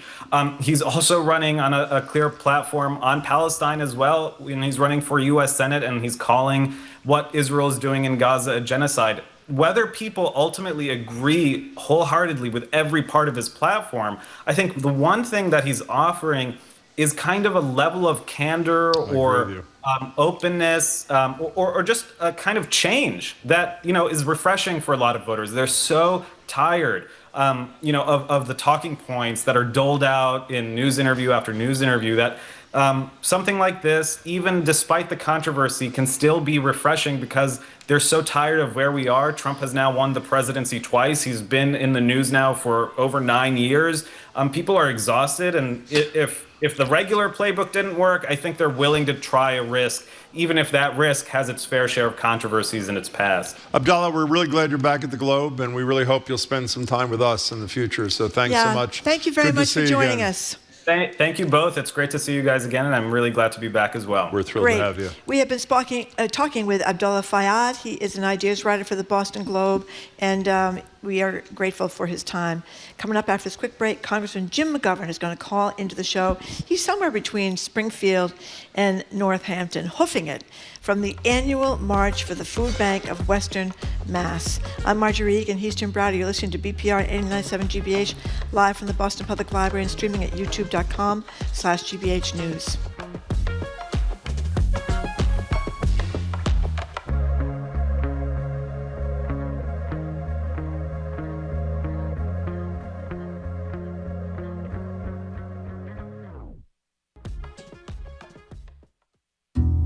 The global internet is actually powered by hundreds of thin cables along the ocean floor, thanks to one man's quest to create the first transatlantic cable over 100 years ago. If you look at a present-day cable map of the world, and you look at the 1902 cable map of the world, you will see those cables are on exactly the same routes. I'm Juana Summers, the origins of today's World Wide Web on All Things Considered from NPR News. Today at 4, here on GBH News 89.7. Support for our programs comes from you. And the Box Center, presenting 'Twas the Night Before by Cirque du Soleil, an acrobatic retelling of a classic tale, returning to the Box Center Wang Theater for 27 performances, November 26th through December 14th. Tickets at boxcenter.org. And Bonsai Bar, hosting pop-up beginner bonsai workshops at breweries across New England. Hands-on classes provide guidance in the basics of bonsai design and care in a group setting. More at bonsaibar.com.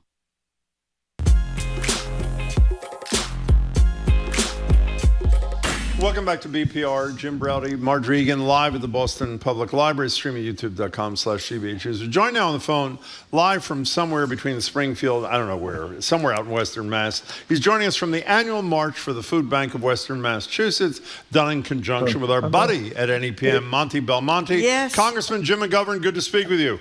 Hey, it's good to be with you. I'm in Sunderland right now. Wherever in that Sunderland? is. And how are your feet so far? I lost feeling in my legs yesterday, so I'm just here. You're not a fan. I don't know how. I'm hoping people have heard you with us almost every year as you're doing this incredible thing you do. Why do you do it? What's the point of the walk? The point of the walk is to raise awareness about hunger in our community and to raise money for the Food Bank of Western Massachusetts. Look, we live in a country where there's 46 million people who are hungry or food insecure. We should be ashamed of that. Hunger is a political condition. We have the money. We send money to a right-wing crazy man in Argentina, $40 billion, and we build bombs that hopefully that we'll never use. And we should spend the money on ending hunger. This is a national security issue. And look as we're gathered right now, food prices are at an all-time high. Go to the supermarket. This is the most expensive Thanksgiving in memory. And more people are in need of assistance, and Trump's economic policies are directly responsible for this. These tariffs are horrific, and hunger is getting worse in this country. So that's why I'm doing this, is because I think this is a cause that we all should be involved with. And in the richest country in the history of the world, hunger should be illegal. It should not exist. Jim McGovern, one of the things I worry about is the whole SNAP crisis during the government shutdown was so high profile that when it ended, I fear that many Americans think the food insecurity crisis ended with it. It did not at all. The so-called big, beautiful bill, where are we in terms of Washington and nutrition, food? Yeah, well, the big, beautiful bill, or the big, ugly bill, as I call it, cuts SNAP, the Supplemental Nutrition Assistance Program, by $200 billion. And then during the shutdown, Trump became the first president in history to withhold food benefits to people who were in need. So, I mean, we are going in the wrong direction in Washington on ending hunger. We should be talking about increasing the SNAP benefit, quite frankly. The SNAP benefit is on average about a little over $2 per person per meal. That's it. You can't even buy a damn cup of coffee with that. And rather than addressing that, they're withholding benefits for people. And all this misinformation out there about the program, is just ridiculous. I mean, the majority of people on the program are children, are senior citizens, are people with disabilities. And of those who can work, the majority of people work. So, I mean, I'm tired of the Republican garbage that somehow this is like a boondoggle for people who just want to, live off government assistance. How do you live off of $2, per meal? You can't. I mean, some of these people work 2 or 3 jobs. So, again, the economic policies of this administration are making things worse. We need to acknowledge that, and we need to change that reality. But in the meantime, we have to make sure that people have enough to eat. And that's what this march is about. By the way, there's more people here than ever before. There's almost 300 people marching right now. Good. On our way to Greenfield. It's unbelievable. It gives me great hope. Well, it should. And we're talking to the numb-legged Congressman Jim McGovern. Congressman, apologies, but there's somebody, a caller, who's demanding to come on the line, and I guess we'll do it. Welcome, caller. Who is this, please? It is son of Jim McGovern's Joe Kennedy, who was out there yesterday looking for Jim Browdy and Marjorie Egan, who have promised year after year that they're going to be there, and keep saying, we'll come next year. So where are you guys? And I just got to say, this has been led by a disc jockey pushing a radio transmitter in a shopping cart for 50 miles for 16 years. So the idea that you two can't somehow find the time to do this, you could do your show live from the street. That's right. We could. We're really glad you called in, Joe Kennedy. Really appreciate it. Congressman, the problem is that Jim claims he has bone spurs. I know, that was the President of the United States. That's why we couldn't go. You know what? A 2 Advil and a double Scotch, and you can do anything. Exactly. We should say, hey, Joe Kennedy. I appreciate Joe Kennedy coming yesterday. I think he comes every year because he's afraid I'm going to pass out on the side of the road, and he wants to make sure someone drags me to safety. So I appreciate him so much. Hey, Joe, what was yesterday like for you? It's amazing, and obviously it is humbling to be able to do this with Jim McGovern every year. He's a better human being than most of us. He spends 2 days over Thanksgiving week, normally over his birthday, walking 45 miles across his district to try to raise awareness and money for the food bank. For years, guys, this was the biggest single fundraiser he did as a member of Congress, as chairman of the Rules Committee, one of the most powerful members at government. And they're going to raise hundreds of thousands of dollars this year. We started doing this. When I joined Jim at his invitation, there's about 25 people, half of whom were in costume, pushing the shopping cart, which was somewhat bizarre, I got to say. But there were hundreds of people yesterday. So to see what Jim and Monte Del Monte have built up with this in support of a community, at a time when there's so much division and so much polarization, to see what they're building to try to care for members of the community, it's inspiring and an antidote that we all could use. So hopefully next year, and the refrain of those beloved Red Sox fans, hopefully next year you guys will find it time to be there. By the way, we are humiliated, and I'm raising my right hand, Congressman, and Joe Kennedy. We will be there next year and broadcast from there next year. Push you in the shopping You cart. could push me in the shopping cart. Yeah, we'll put you in the shopping cart, and we'll all push you. It's all 43 miles. I like the image. As Joe points out, Monty Belmonte is a national treasure. You know him. He is a great guy. He's unbelievable. And, the food bank of Western Massachusetts is amazing. And I'm just going to tell you, people ask me all the time, what gives you hope? What gives me hope is what I'm witnessing here yesterday and today. Hundreds of people coming out, and behaving the way a community should behave, caring about one another, raising money for people who are hungry. And so I'm proud to be wind at their back, even if I'm kind of straggling at the end of the line at this point. But I'll make it over the finish line. By the way, if people want to learn more, they want to contribute in any fashion to support the work that Jim McGovern has been doing for years, aided by Joe Kennedy yesterday, and many people from Western Mass, including our buddy Monty Belmonte, who's been doing this forever. You go to Food Bank W for Western MA, foodbankwma.org. Congressman and Joe Kennedy, we really appreciate your time, and we really appreciate what you're doing, Congressman. It's great. And happy Thanksgiving to both of you and Joe. Thanks for being there. Okay, we got to do it next year. You will see us next year, Joe Kennedy, I promise. Thanks for embarrassing us. We really appreciate it. Happy Thanksgiving to you too, Joe Kennedy and Congressman Jim McGovern. Thank you very much for calling in. Thank you very much for what you're doing. We should just say... We should do it with Jim. We should do it. But we should... Monty Belmonte has been doing... Jim McGovern gets a huge amount of credit, and he should, because there's no more important advocate for adequate nutrition for people in Congress ever. I mean, he's been remarkable for years and years. But our colleague from NEPM, Monty Belmonte, has been doing this forever. Yep. And it's a wonderful contribution to that part. It's actually a great thing. I just got a text from Brian and Paxton, who said, Sunday, I cook a Thanksgiving dinner for our parish in Charlton, Mass. Last year, the food, this is for 225 people, was $1,100. This year, the exact same order was $1,600. So that is, you're the mathematician, what is that, a 30% increase? It's like a 40%. It's like a 40% increase, so that is huge. Let me give the website one more time. If you want to learn more or make a contribution to the incredible work that Jim McGovern and Monty Belmonte, aided by Joe Kennedy, are doing, Food Bank WMA, as in Western Mass, .org, and thanks for all of them for joining us. Okay, coming up after the 1 o'clock news, we're going to talk to Javier Marin, is an executive chairman of El Planeta, the state's leading Spanish language newspaper. He joins us next to discuss his work with El Planeta and his new book, a fascinating new book, Live from America, How Latino TV Conquered the U.S. I'm Marjorie Egan. He's Jim Browder. You're listening to BPR 89.7 GBH live from the Boston Public Library and streaming at youtube.com/GBH News.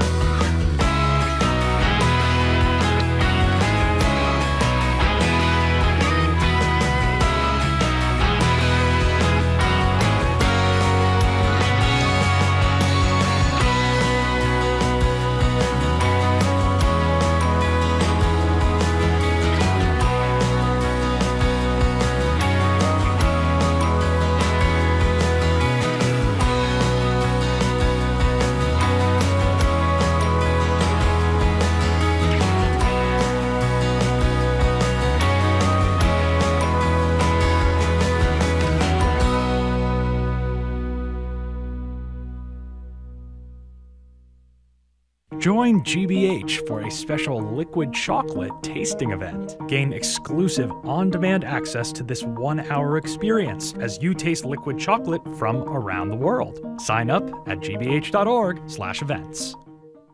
Support for GBH comes from you. And Porter Square Books, fiercely independent, supporting local charities like Food for Free, QT Library, and more. Open for Giving Tuesday on December 2nd. Learn more at portersquarebooks.com. And minus 33 merino wool in Ashland, New Hampshire. Since 1916, makers of all-natural merino wool underwear, outerwear, and New Hampshire-made socks. Their merino wool clothing and accessories are available at minus33.com. You're listening to 89.7 WGBH HD1 Boston. Online at gbhnews.org. GBH News. What matters to you? I'm Jim Browdy, head on Hour 3 of BPR, live from the Boston Public Library. Javier Marin is the founder and executive chair with El Planeta, Boston's premier Spanish-language newspaper. He's out with a new book this month called Live from America, How Latino TV Conquered the U.S. He'll join us. I'm Marjorie Egan. Then it's our annual pre-Thanksgiving call-in extravaganza at 877-301-8970. Which Thanksgiving dish has you salivating like a dog with just 2 days to go?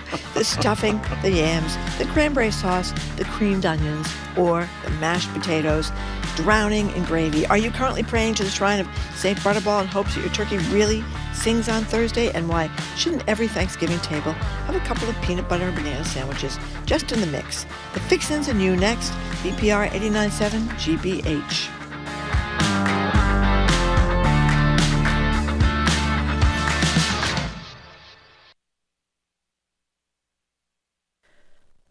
Live from NPR News, I'm Lakshmi Singh.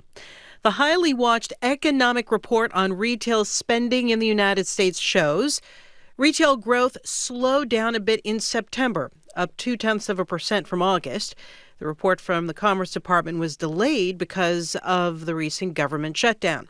Here's NPR's Alina Selyukh. The federal data on retail sales is behind by more than a month, and it's showing consumers cooling off a bit in September as they continued to go out to shop and eat. Compared to September of last year, spending at stores and restaurants grew 4.3%, with people shopping more for clothes and electronics in the tail end of the back-to-school season, and they went out to restaurants and bars. All this lines up with a slew of positive sales reports from major retailers, including Walmart, Amazon, Best Buy, and Dick's Sporting Goods.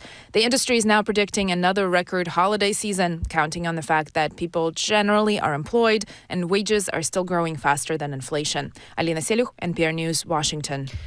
The U.S. has a naval flotilla off the Venezuelan coast, and President Trump has branded a group linked to Venezuelan President Nicolás Maduro a foreign terrorist organization, a claim Maduro calls, quote, ridiculous. NPR's Franco Ordonez is tracking the Trump administration's actions striking boats in the waters near Venezuela. It deems drug trafficking threats to the U.S. There's a debate whether striking Venezuela fits with America first. Now, the White House says that Trump is prepared to use every element of American power to stop drugs from flooding into the country, and that is America first. But going farther than that carries a risk of longer-term responsibility. Now, of course, there are cases where regime change arguably worked. Take Panama in 1989. But there are other examples, including Iraq and Afghanistan, where regime change did not go so well. NPR's Franco Ordonez reporting. Women who stop taking Wegovy and similar GLP-1 weight loss drugs just before or early in pregnancy faced a higher risk of complications, including preterm birth. NPR's Maria Godoy reports that is according to new findings published in the journal JAMA. GLP-1 drugs have become increasingly popular among women of reproductive age, but women are advised to stop taking these medications before pregnancy because of potential risks to the fetus. Researchers from Mass General Brigham reviewed the medical records for nearly 1,800 pregnancies, primarily among women with obesity.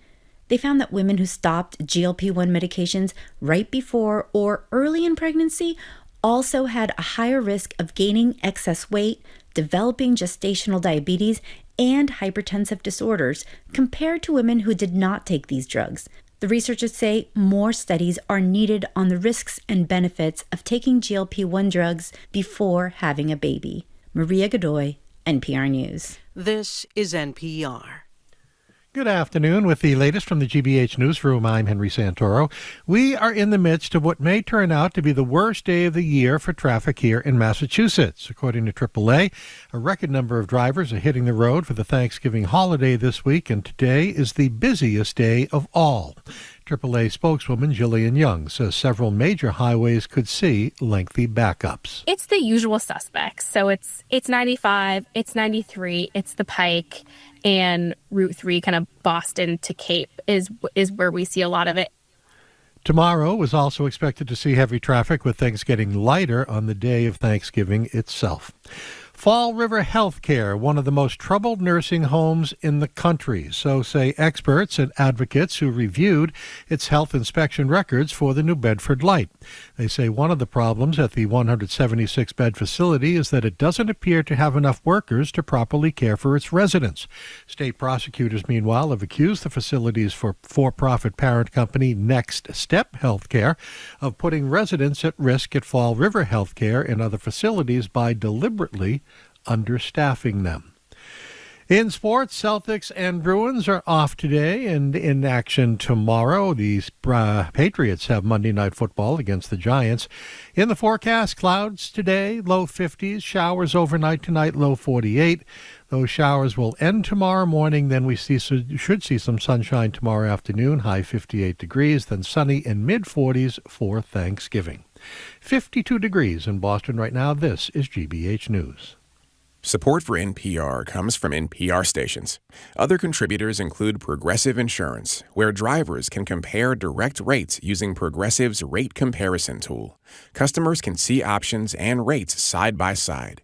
More at progressive.com or 1-800-PROGRESSIVE.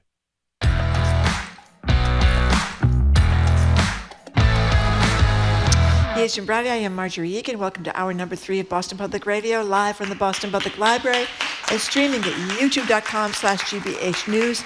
We're going to be here tomorrow at the library, but Thursday and Friday we are off for the holiday. Back to programming on Monday. Hello again, Jim. Hello again, Marjorie. And we should say, for those of you who are nervous, because Thanksgiving is 2 days away, we will do our legendary Fixins discussion with you at the bottom of the hour.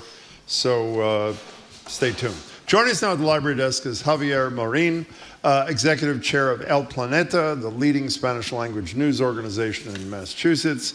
He's also the author of a terrific new book called Live from America, How Latino TV Conquered the U.S., published simultaneously in English and Spanish. Congratulations. It's great to see you. Yeah. Welcome. How are you? Thank you so much. Thank you very much for coming in. So tell us what the thesis is. What were you talking about in Live from America, your new book? Well, it's basically the story of Univision, the largest conglomerate Spanish media. And it's a fascinating saga that started in the 1960s, where the Hispanic community was less than 4 million. And as we all know, it grew to what it is right now, 62 million. It's incredible. And the TV stations, the Spanish TV stations, were really a catalyst for this growth. For the growth of the people here. Yes. The growth of the community here. Yes. Okay. Why was it created? It wasn't called Univision in its early days. Why was it created when it was? Well, in the 1960s, there was a small Spanish TV station already in San Antonio, Texas, called Spanish International Network. And there was this Mexican family that already had a TV network in Mexico, a very successful TV network in Mexico. It was called Telesistema Mexicano. And the second generation of that family decided to build the same, try to replicate the same thing he did in Mexico, in the U.S. So he acquired that small station. He kept the name of Spanish International Network, and then the saga started because at that time there were only 3 national networks: ABC, CBS, and NBC. Only 3 authorized by the FCC. This guy managed to go around that law and started buying low-power TVs in different cities, and they connected through a very innovative at that time by satellite transmission. You know, when I was reading your book the last couple of days, and a lot of it is about the genesis of Latino TV, how it came to be, and I was saying to myself, other than CNN, because I know about Ted Turner, I didn't know about how any network in this country formed. And you answer this question, but for those who didn't read the book, why does it matter that we know how this television came to be? Why should we care? Many reasons. The first one is how the Hispanic community grew as a political and economic engine. So this invention of the Hispanic market was was created by the Richard Nixon administration in 1969. Even though we Which are really used to surprised me, Richard Nixon. Yeah. Yeah, well, the first Spanish campaign was J.F. Kennedy for senator with his wife, who was perfectly bilingual. So that was the first campaign of Spanish speaking. But then Nixon decided to encapsulate everybody who speaks Spanish with one word. Even though the literal translation or meaning of Hispanic, Latino, Latinx is important, this is a political creation of the White House to encapsulate everybody. So the Spanish International Network owners took advantage of that, having a national footprint, and also corporate America took advantage of that, of just building advertising campaigns with one language to one entire community. And you mentioned also that Ronald Reagan, another Republican, was very crucial in using the TV station to promote conservative stuff. Yes, remember that Ronald Reagan was the governor of California. Very turbulent times, Vietnam War. Yep. And so there is a particular story where there was a big march, the first march convocated by Hispanics and African American together. At that march, the news director of Spanish International Network was killed, and by a police officer in LA. The way the narrative was managed after that, with the imposition of the governor to the narrative of the station, was always remembered by Reagan, also by the owners, the former owners. And that relationship was very key for the growth of the station, and it's all the details in the book, yes. We're talking to Javier Marin, and you probably know him from El Planeta, but his new book is Live from America, How Latino TV Conquered the U.S. Before we get back to the content of the book, you write in either the intro or the epilogue, I can't remember where I read it, that you had an opportunity to have a big U.S. publisher, and you decided not to go with him, but to go with another for a very particular reason. What was the reason? Yeah, I mean, you have to understand, this was a personal project. It wasn't a project to publish it. Mm-hmm. At the beginning, when I started El Planeta here in Boston, my mentorship was two. One, Marty Barron, who speaks perfect Spanish. He was the editor of The Globe, and he was the one who told me, we just bought Metro, which was a Spanish paper, you should replicate this. And give a great blurb to the book, by the way, I should say, yes. But go ahead. Yeah. And then the mentorship of the story of Univision. I was, being a business owner, I wanted to replicate which was the most successful media business. And so then it became a publishing project about 4 years ago. I even taught a class in Tufts about media history, Latin American media history. Because this is such a fascinating saga that I decided to publish it. I talked to a book writer a long time ago, about the 2010, and it didn't work. So I said, this have to be written by me. And the largest Spanish publisher in the world was the one who was interested in buying the rights. And but there's a reason. You left that out. You were deeply committed to the notion that it be published in Spanish and in English simultaneously. Yeah. Why'd that matter so much? Believe it or not, less than 1% of Hispanic literacy is translated into English. Now, this is an incredible Which seems statistic. crazy, even from a money perspective. And yes, and not only that, whatever is translated, it takes a year. So I talked to I sold the rights of Spanish to this group. And then I was negotiating the English rights to another big publisher. And that publisher told me it would take a year to publish the English. And I said, no, we need to do this simultaneously. And that's how the Spanish group supported me on that idea. Tell us about telenovelas. What are those?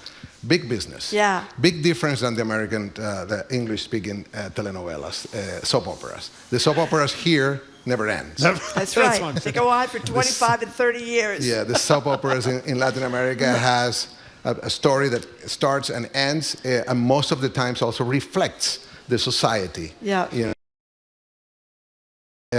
Politics, corruption, racism. And so most of the people are connected. If there is an entire chapter dedicated to the business of the telenovelas.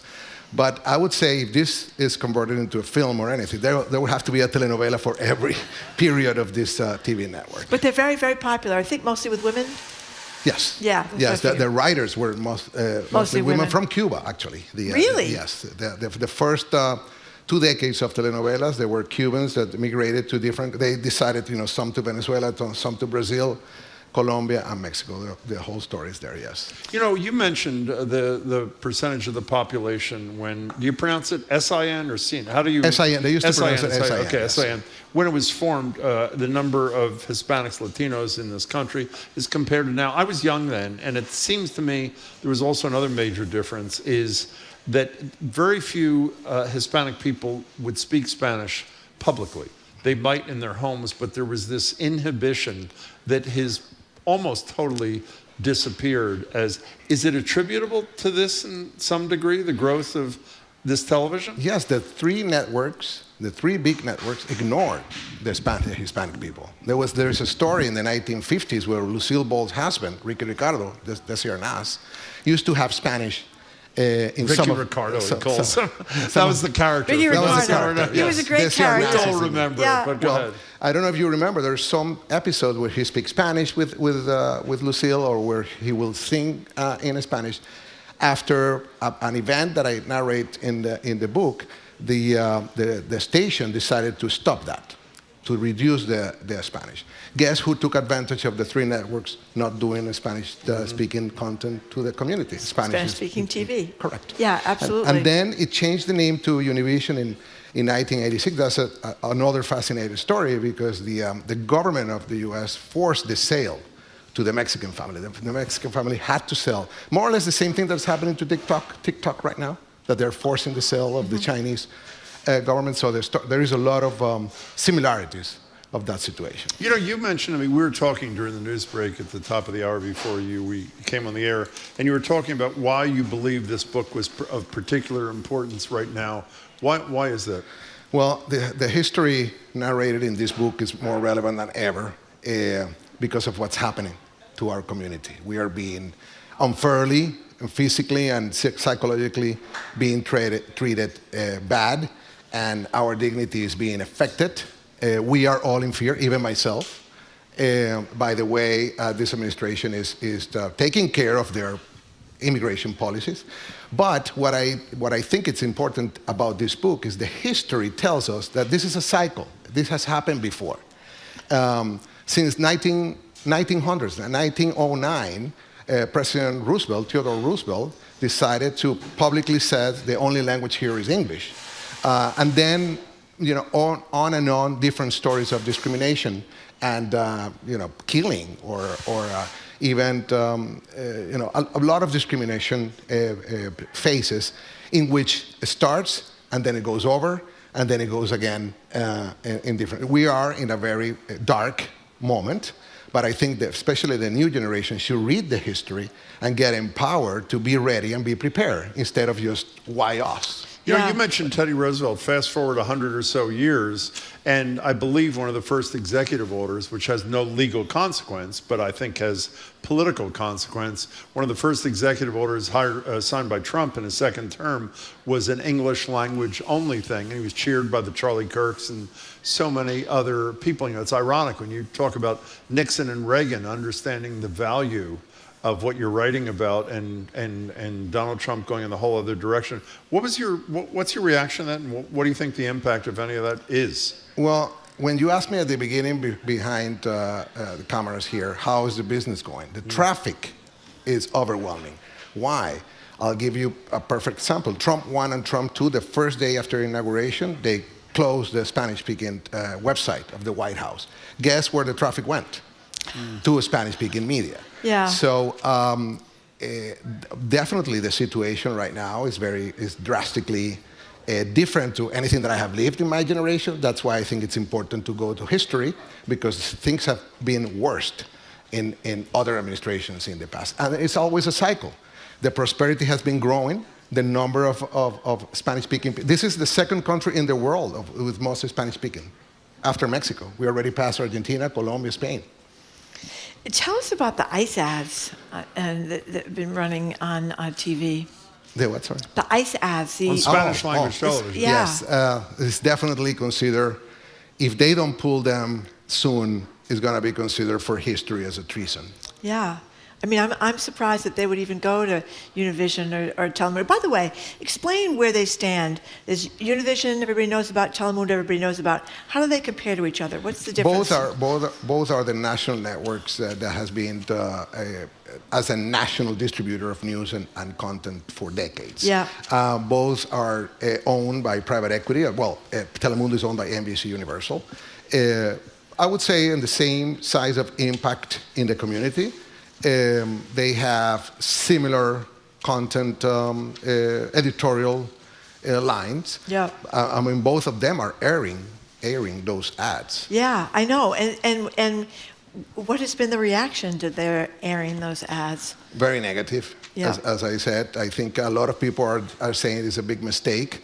I think there's not much time to that mistake to become a treason because, when you have a motto that is different than just the money, and then it will affect them. It's like the vote. The recent polls and in the U.S., you are seeing the Hispanic vote has been going in the other side, and it's because we are losing our dignity with this type of treatment, and with the dignity, the vote goes to the other side. Well, I think a lot of people, right after the Trump won, one of the explanations was that if you're a Latino voter, maybe you've been here 2, 3, 4 generations, like a lot of other immigrants, you're in a different place. You moved to the middle class, you look differently, you think nobody's going to be after us. He's going to be after these, the drug dealers and the bad people and all that kind of stuff.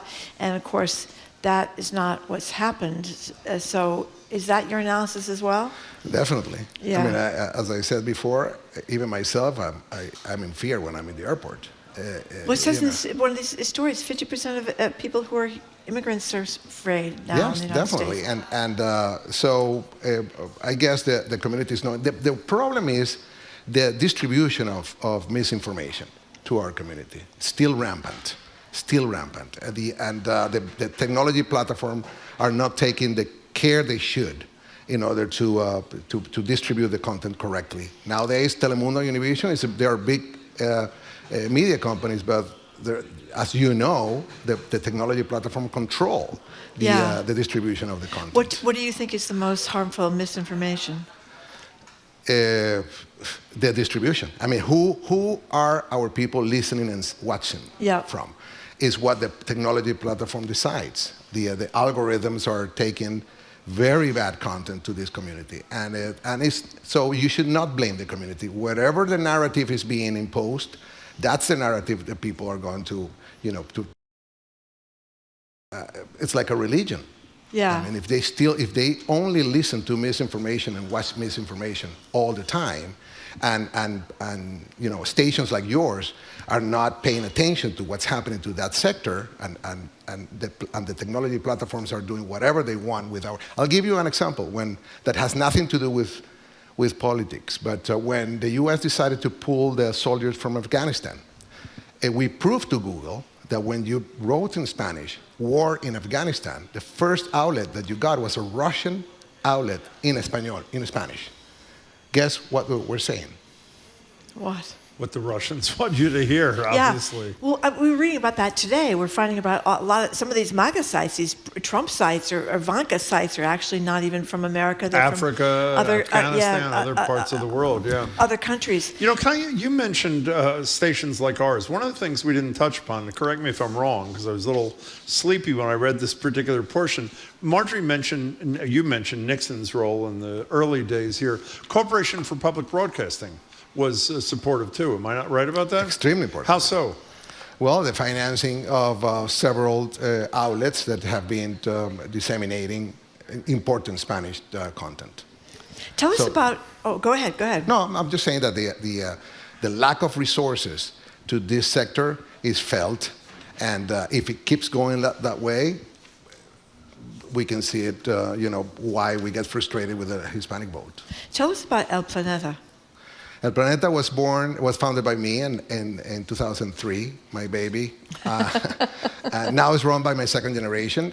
We ended up also buying the Washington Post Spanish paper from Bezos in 2016 called El Tiempo, which is a much bigger paper. In Boston, we have been, having tough times, good times, but it will be alive as long as I'm alive. We have a strong footprint in zip codes where 02150 Chelsea, 70% Spanish-speaking people. Is it really? I didn't know that. I always tell the story. Long time ago, Marty Baron was the editor of the Globe. That's how our friendship started to get more interesting. I was with him at the Globe, and I asked him, if we go to the cafeteria, and I asked the people in Spanish, and they respond in Spanish, will you allow me to put a box of my paper at the Globe? I said, yes. So for a decade, there was another paper not owned by the Globe at the Globe headquarters. That's pretty good. Yeah. We talk a lot on this show about the pressure that Trump has put on major American networks and the grotesque, cowardly capitulation. ABC was first with the George Stephanopoulos thing, and we see what they got out of that.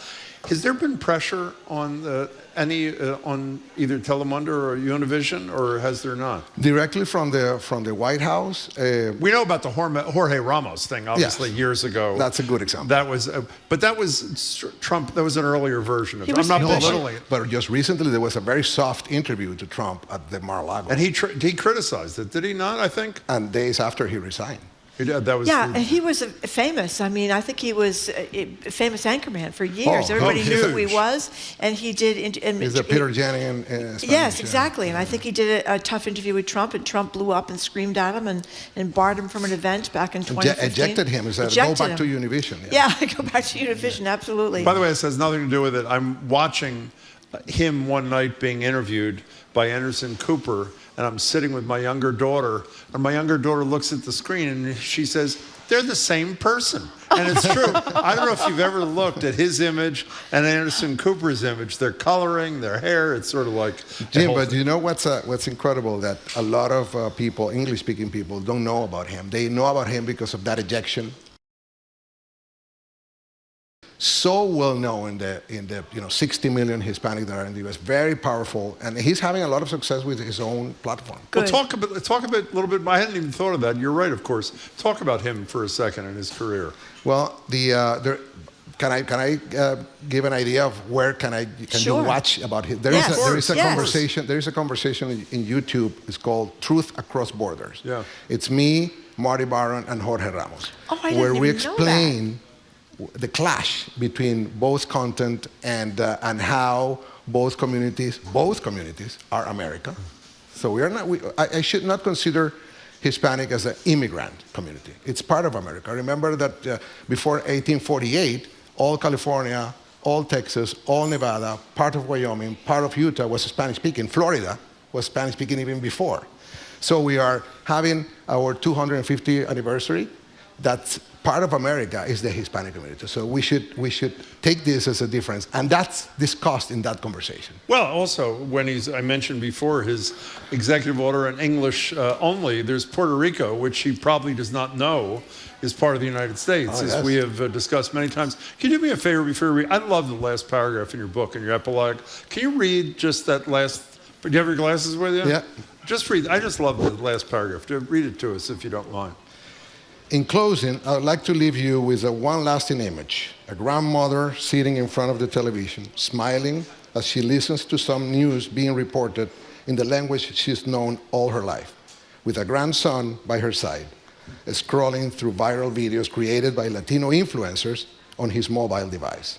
Two distinct generations connected by an invisible thread of language and culture. That's the true power of what has been built. That's great. I just love it. The book is terrific. Congratulations. It's really important. Hope people will get it. Thank you so much for your time. Thank you. Thank you very much for being here. We have been speaking with Planeta's Executive Chairman, Javier Marin, his new book, Live from America, How Latino TV Conquered the U.S. It is available now, and it's available in both English and Spanish. So either language is available. Thank you again for coming in. Good to see you. Thank you, Best of luck with it. Thank Coming you. up after this quick break, we're going to open the lines to ask you about, as usual, Thanksgiving, the fixins for this year's feast. Is there one item on the holiday menu you always look forward to? And get this, what your signature dish that you prepare for people for the holiday has a lot to do with your personality and your sign in the zodiac. I didn't know that, but we're going to talk about that. I'm Marjorie Egan, Houston Browdy. You're listening to BPR 89.7 GBH live from the Boston Public Library and streaming at youtube.com/GBH News.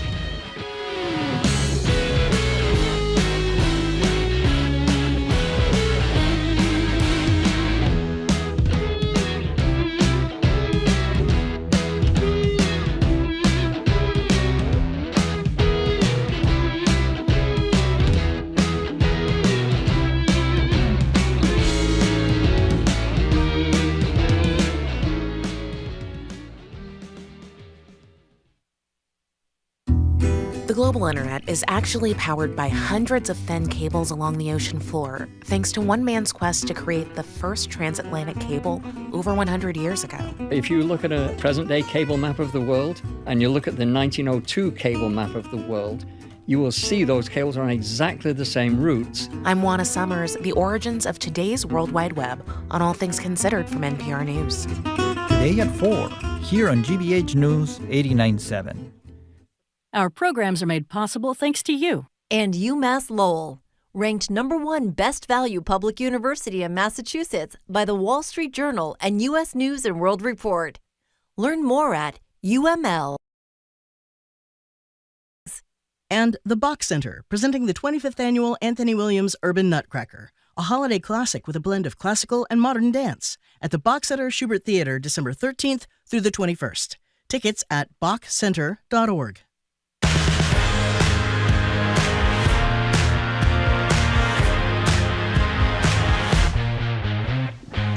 Welcome back to BPR. Jim Browdy and Marjorie Egan live at the library, streaming youtube.com/GBH News. We're obviously off Thursday and Friday. I don't know why I said obviously. We are off.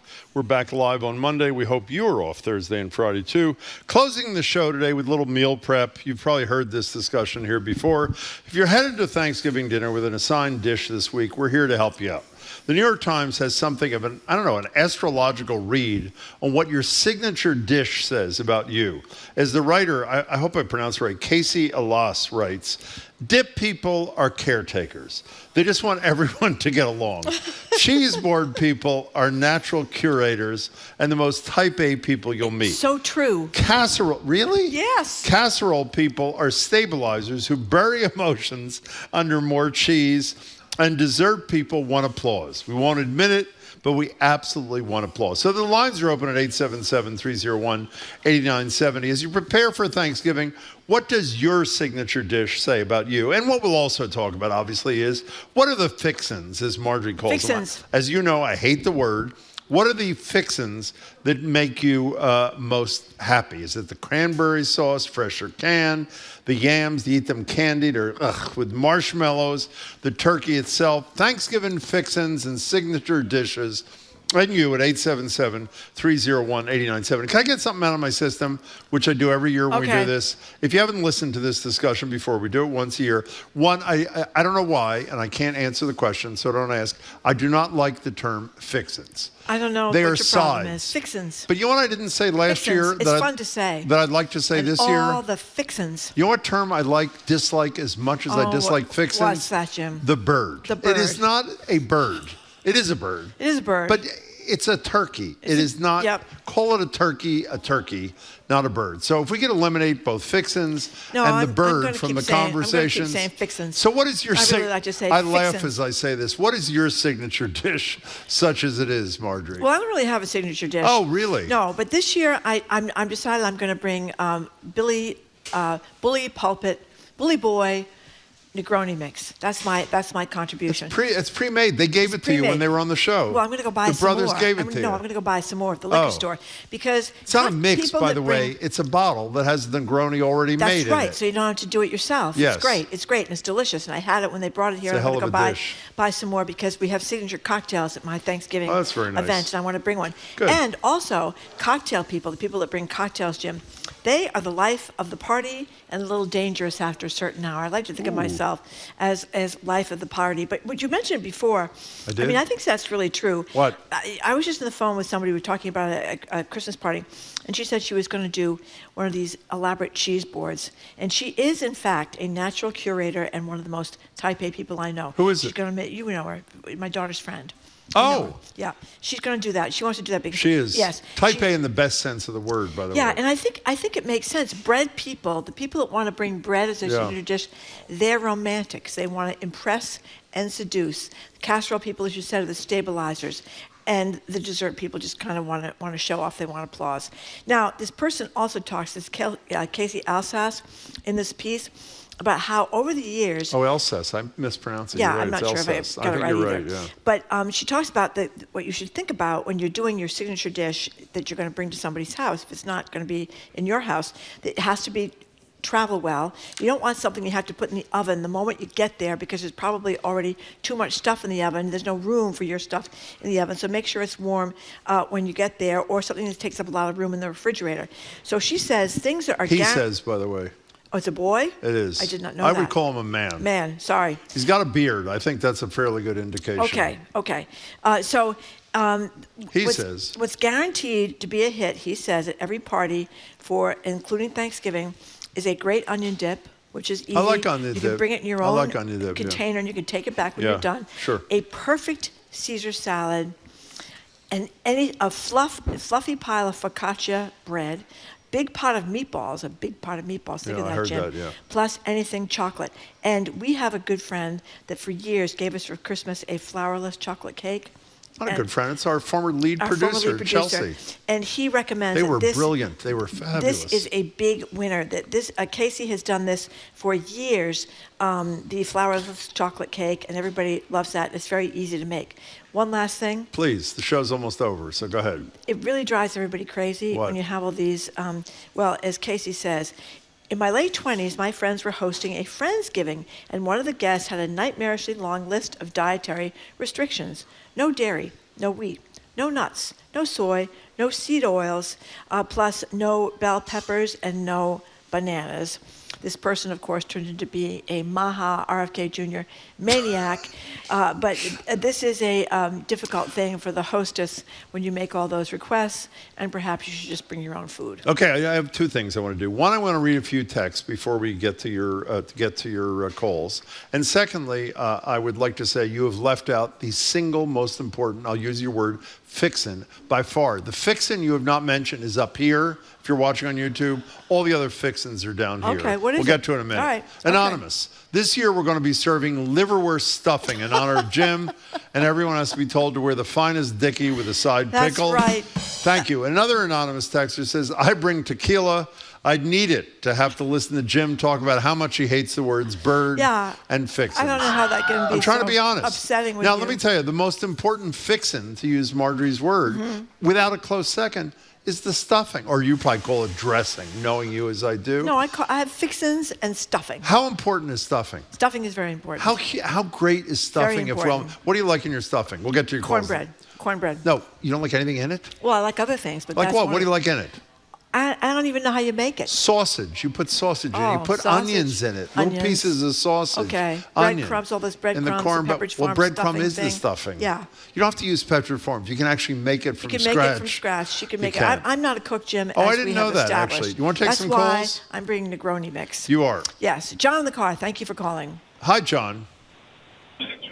Hi, how are you guys? Fine, We're thank excellent. you. I'm on the 93 tunnel right now, so I'm hoping I don't get cut off. Okay. Here's my thing. I completely sworn off American-style Thanksgiving, and instead I am making beef bourguignon for my family. I love beef bourguignon. Oh, That's a great idea. Why not? That's brilliant. You putting on noodles, or what are you doing with it? No.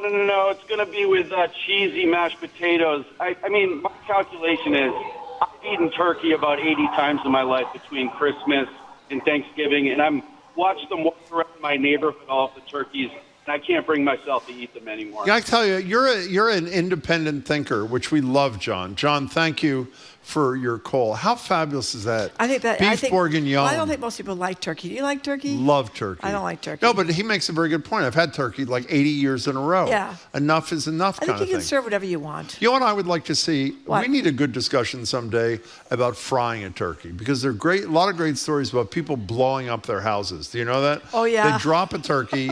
I think, what is it? If it's frozen, you can't put it in frozen because it explodes I don't know. or some such thing. I don't know. Mary and Worcester. Wait. You're a traditionalist. Would you be okay if beef bourguignon was served instead of a turkey? You know, I'd be okay. I don't Not really really, like. I I don't can really tell. like turkey. I mean, people feel like it's the one day of the year you get the turkey, and there's a big ceremony when the person is cutting the turkey and white meat or dark meat and the gravy and all that. So I suppose, I mean, I might be a little miffed, but I get over it, I'm sure. Do you want to read a beautiful ode to gravy? Is this Mary? Mary in in Worcester, My yeah. favorite is the gravy. Yeah. It's not very many times a year that I take that gravy boat and slather gravy all over the whole plate. And when I do, it makes me happy. My husband makes the gravy. It takes him an hour, so we call it the 1 hour gravy, but it's worth the wait. That's a beautiful, that is lovely. that Well, is a gravy, beautiful thing. gravy is key. You need gravy on the potatoes, the turkey, and the stuffing. Do you put gravy on everything, Marjorie? No, I do not. Yeah, gravy's hard to make, It's not that Yeah, easy. I've never made it. Oh, I well, that's wouldn't really know. that's shocking. Diego on the road. Thank you for Hello, calling. Diego. How are you? Hi, good morning. And to Hey, you. Listen, Marjorie was mentioning what the different items you bring tell about your personality. Yes. So I'm going to dinner at my nephew's. He has 12 grandchildren. So he's going to have 34 people. And 12 of them are 15 or under. Oh my So God. I'm bringing the appetizers, and they're actually pigs in blankets. What does that tell about my personality? It Pigs and blankets are perfect. Well, you know what it tells about his personality? What? Diego could be my best friend because it's my favorite appetizer in the world, Diego. Now, do you make them yourself or do you buy them, Diego? No, I make them. I don't make the hot dogs. I've seen that done. You don't want to do that. Okay. But when I roll them in blankets, I get the Pillsbury dough. Yeah. And I brown them a little first. That's the way to do it. Beautiful. That's the way to do it. Yeah. The One more question. What? One more question. Yeah. I was a kindergarten teacher for 39 years. Yeah. Is that why I bring pigs in a blanket? Maybe that could be why you do pigs in a blanket because you know that little kids love hot dogs. Excuse me, I'm not a little kid. You're I'm not. not in a kindergarten, and I love pigs. Any mature, self-aware person, Diego, loves pigs in blankets. Let's leave it at that. Enjoy Christmas. Can you imagine going to Christmas with 15 kids? I mean, Thanksgiving with 15 kids. Yeah, I mean, really. we've got 7 at ours. Shoot me. Really? Yeah. How old are they? Well, from like 15 down to 0. Oh. Is there a fun part of that? What's the fun part? No, tell me the truth. I'm not their mother and father. They'll be in charge. They can take care of the kids. Now, let me just say something to you. What? When people say to us, of the great interviews you've ever done in your many years on the radio and TV or Marjorie and whatever you did, columnist thing, the one thing we agree upon is the greatest interview we've ever done was when we interviewed Mrs. Butterball. Turkey That lady. was incredible. Yep. I think we have some sound. Well, it's not exactly the same. Here's sound from a 50-year-old ad for Butterball turkeys where some pilgrims time travel to a 1978 Thanksgiving table and remark on their plump and juicy turkeys. Here it is. Butterball presents Butterball. spirits of the first turkey lover. Juicy turkey every time. Count on Butterball. It's deep basted a special way for plump, juicy white meat right down to the wishbone. Tis juicy. It's really juicy. Thy turkey was often dry. Thou never bagged a butterball. Butterball from Swift. 'Tis truly plump and juicy. That almost makes me cry. I think that guy sounds like a sex predator. He's got predator. a horrible He's voice. A predator. Terrible. By the way, do you know that after he did that ad, he did 21 years? Do you know that? Just released at the turn of the century. No, he had a really creepy voice. Rebecca in Florida wants to know what shot putters bring to Thanksgiving dinner, Jim. And of course, I wouldn't know. yeah, I really wouldn't that's know. in reference How to, do you feel, of by the way, course, you know, another the thing. famous Harriet Heinemann. We don't have to discuss that. Another thing that we haven't discussed enough, how do you feel, a big controversial issue at most Thanksgivings is cranberry sauce. That's right. How do you feel about cranberry sauce? I actually don't like it with the real cranberries in it. You prefer from I the like can? it out of the can. So with the ridges in it? With the ridges. Ridges. Yeah, I do. What does that say? I don't know. That you like it out of the can? It's bad. I suppose it's from too many years of eating Dinty Moore's beef stew. Oh, now that is a whole other thing. You like it with the cranberries? I don't. love the real I like cranberries. creamed onions. You don't like creamed onions? I don't like creamed onions. I love creamed onions. No, you know what I like? I like squash. Do you like squash? Butternut squash? I like squash, Yeah, yes. that's good. You have to That's have nice. that. You like it in little Sweet squares? potatoes, How do you sweet like potatoes? it? I like sweet potatoes. Not with marshmallows. No. Right, No, not with marshmallows. But people used to serve that. They did. Or the Jello with the with the mold in it. marshmallows in the middle. Well, it's not. It doesn't have mold in it, but the Jello okay, mold. fine. Yeah. Okay, let's go to Suzanne. Let's go to Suzanne in the car. What's your deal, Suzanne? Welcome. I totally disagree with what the other gentleman said about being sick of turkey. Oh, please. Or having turkey 80 times on the holidays. Yeah. I actually love the fact that pretty much everybody in the United States is eating the same meal, on one day of the year. That's the only day of the year I have a half turkey. The only day of the year I have turnip and stuffing and butternut squash and cranberry sauce. And it's the one day of the year that everybody else is doing it. I find it kind of sad that I've had it for 8 years. Suzanne, we got to let you go because the connection is horrible. It's not your fault. Suzanne I don't know if you can make that out, made a brilliant point, Marjorie. What? Even if you don't like turkey, and like that guy called a minute ago, is sick of turkey, he's having the beef bourguignon. It's a one time a year. This is actually pretty important that almost everybody in America is eating the same damn That's thing. right. What do you That's think right. about that? Well, it's like a unifying thing. unifying thing. It's a good point. Are you white meat or dark meat? Are you kidding me? Dark meat. I figured you would There's say so that. much more. It's juicier and white meat is all. What's your position? It's very on it? dry. The white meat is dry. You have to really load up the gravy on the white meat. Someone was mentioning Susan Stamberg, a legend. She just died, here. one of the greats Yes, ever of all time. At National Public Radio. Apparently, her mother-in-law had a famed cranberry relish that people talked about every year. So there you go. Could you pull that up, Zoe, and hand it to us, and we'll do something with it. Susan Stamberg Can you bring was your one of the. dog to Thanksgiving dinner? I don't think you can bring a lab because they'll eat the turkey. No. I mean, how many times have you heard about people that have Thanksgiving dinner with lab, particularly when they're young, that ate part of the dinner? None. I've never heard that. Labrador Retriever. Well, how did they get the turkey? They just put their paws up on the table. Well, and then they tell attack them not it. to put their paws on Well, the table. Jim, you might leave them in the kitchen alone for 2 seconds, and you're very sorry you did. So you didn't answer my question. What was the Do you question? eat the dark meat because it's far juicier? And I used to be a white meat person, but then I realized that the dark meat is much more juicy, so I switched to dark meat. You have? Just to make sure it's not fatty. I don't want anything But fatty. you know what causes me anxiety, by the way, what's that, not that Jim? you asked? Mhm. When you're on your way to a Thanksgiving and you know that, I don't know what the exact ratio is, the ratio of white meat to dark meat is huge.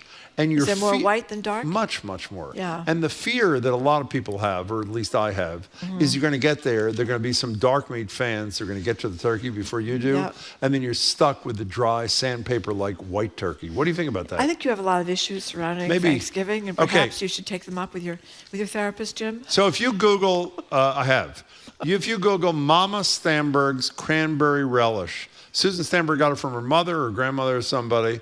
This is with whole raw cranberries. And by the way, do you know what the second largest source of cranberries in the United States comes from? Cape Cod? Cape Cod. Yeah. First is I don't know. Wisconsin.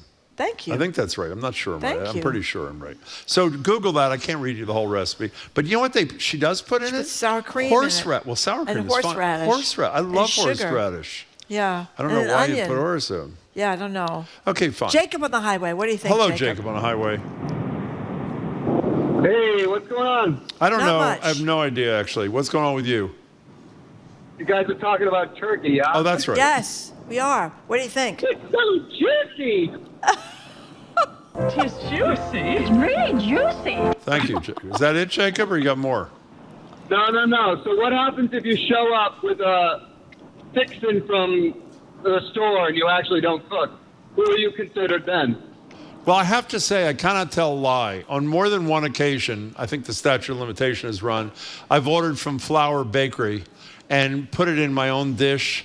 And I haven't outright lied.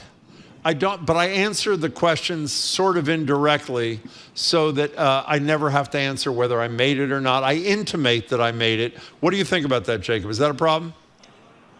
So does that make you a liar or? Oh, it makes me a wise man that, I've told you, by the way, one of my favorite stories. The only person I've ever known, and you're not going to be offended because you say yourself, who's a worse cook than you is my mother. And my mother, I mean, she could barely boil a hot dog. Yeah. I mean, that's how horrible she you was. told me a very sad Thanksgiving This is one of the saddest story. stories ever. So everybody in the Very family, sad. everybody knows in the family she can't cook. And when she announces she's going to cook this one Thanksgiving, everybody in the family is totally incredulous. And even those who ordinarily didn't want to come wanted to come because they couldn't imagine what would this be like. Well, there's a problem. Let's say I'm making up a number. Dinner is supposed to be served at 5 o'clock. And my mother comes out of the kitchen and says, it's going to be a little bit delayed. Everybody says, fine. It's 5:30. She said, it's going to be a little bit delayed. And one person, I don't know who it was, said, you know what's odd? I don't smell anything either. So you know the end of the story. The food finally was brought out at 7 o'clock. The reason it didn't smell is because she ordered it from and in those days, you didn't even order from restaurants like you do now. She'd ordered the whole dinner and was going to do an answer to Jacob's question, pretend like she had made it, and it was a disaster. Food was delicious when it finally came. Was she devastated that people discovered her secret? Well, she essentially tied people over, made them liverwurst sandwiches on rye, toasted rye with raw onion and Dijon mustard.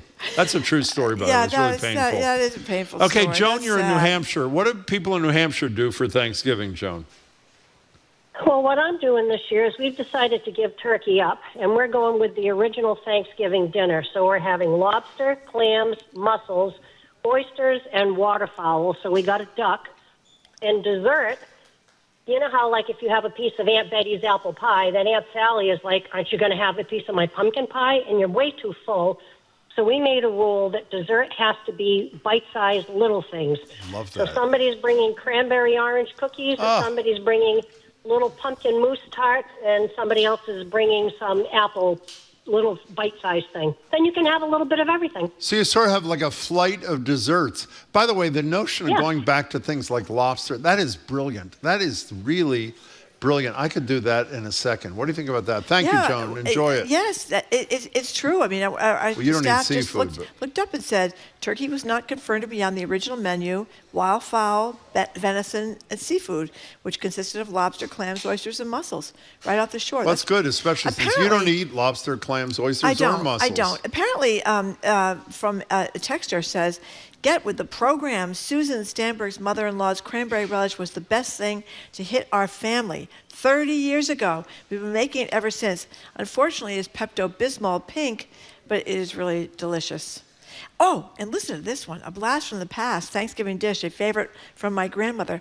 Lime Jello salad filled with pineapple, walnuts, cottage cheese, and horseradish. Can I tell you something? There is not, I want to say this with no equivocation. Yeah. There is nobody that has liked a Jell-O mold since like 1932. Would you agree with that? They're awful. Because let me tell you what happens. Not only are they horrible, even if they're fairly fresh, they're never fairly fresh, and it develops like a film. A film. Like a crust on A top. skin, a A skin. skin, That's that's the what you word. call it. That you got to Yeah. eat through. You have to take the and then when skin you off. finally get through the skin, you figure, is that all there is, to quote that great singer?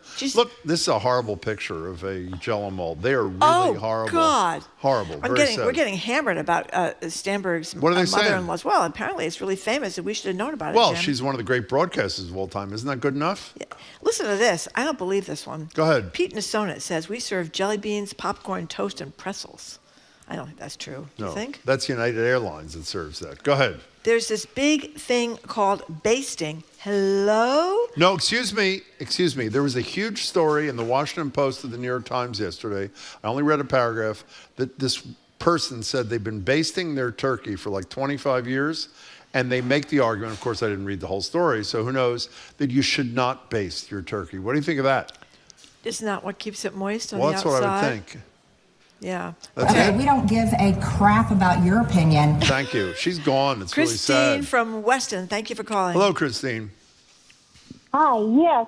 I make Irish potato stuffing What is that? with it's not with bread, it's with potatoes and celery and salt pork and onions, and it's delicious.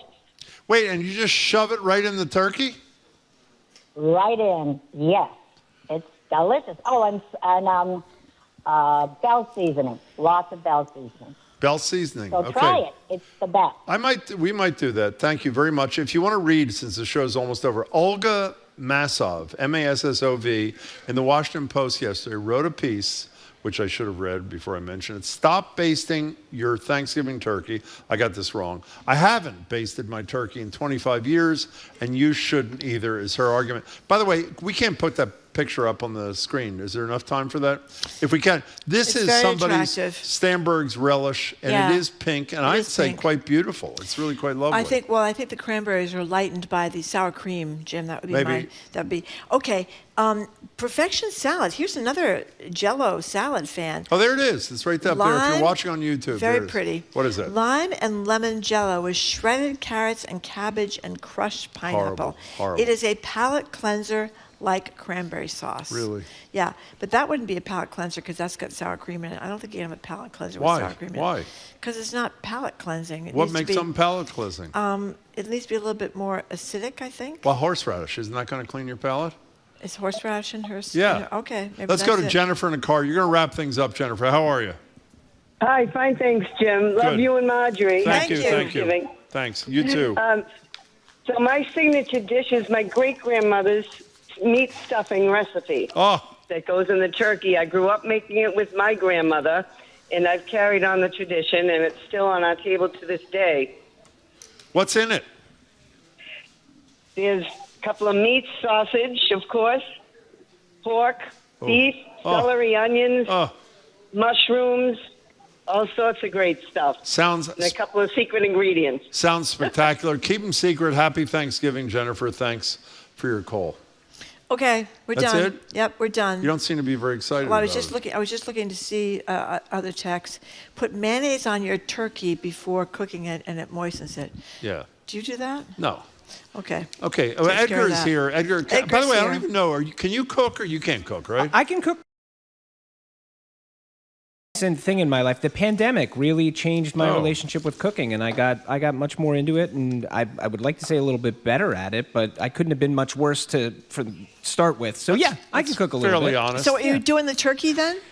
This year I'm not doing the turkey, although my favorite thing comes the next day. So what I like to do is take the turkey carcass, make a broth, and then make a turkey noodle soup post-Thanksgiving, which is like my favorite thing to do. I've been doing it for a couple years now. You and Michael Dukakis. I was just going to say, Governor Dukakis. He's also a bread baker, and I like to bake bread as well. He and I have had conversations about his Anadama bread recipe. I have some tapes somewhere on my computer with him giving me the Anadama bread recipe. What is Anadama bread? It's like a brown molasses kind of bread. It's like it's you know, kind of old-timey, I guess we would say.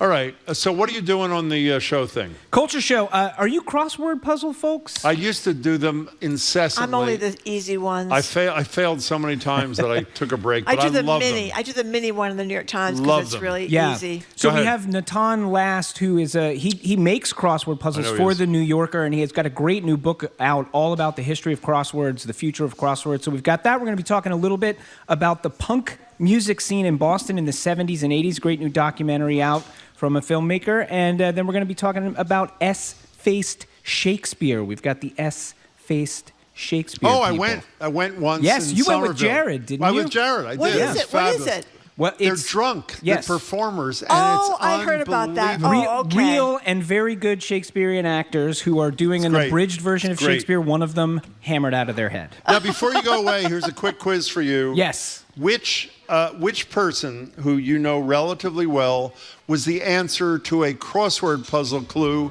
in the Wall Street Journal? Had to be Marjorie Egan. It was Marjorie Egan. It was me. Is that incredible? That's incredible. That's That a was big one of the thrill. great. I know. That's amazing. Someone put it in a frame and gave it to me for a present. It was very nice. And you know what Fantastic happened? I person. begged listeners. I ended up being an answer in the Worcester Telegram and Gazette.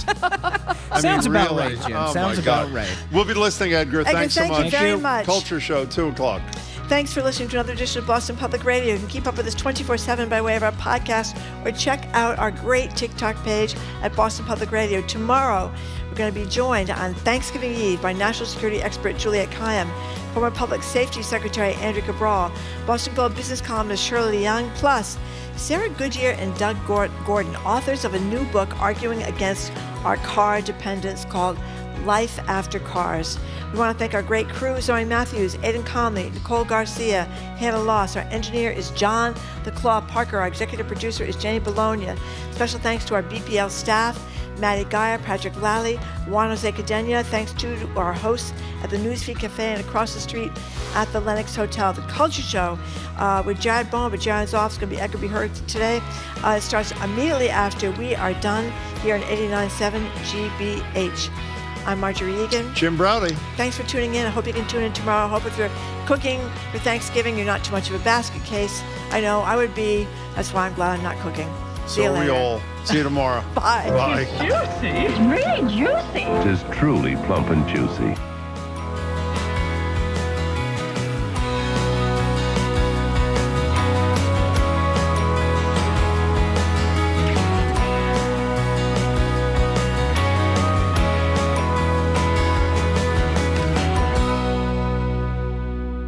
Smithfield, Providence, and at classical.org. Just about 2 o'clock Tuesday afternoon. I'm Greg Farisi. Thanks for listening. In half an hour, I've got Dvorak's Water Goblin and Mozart's Night Music.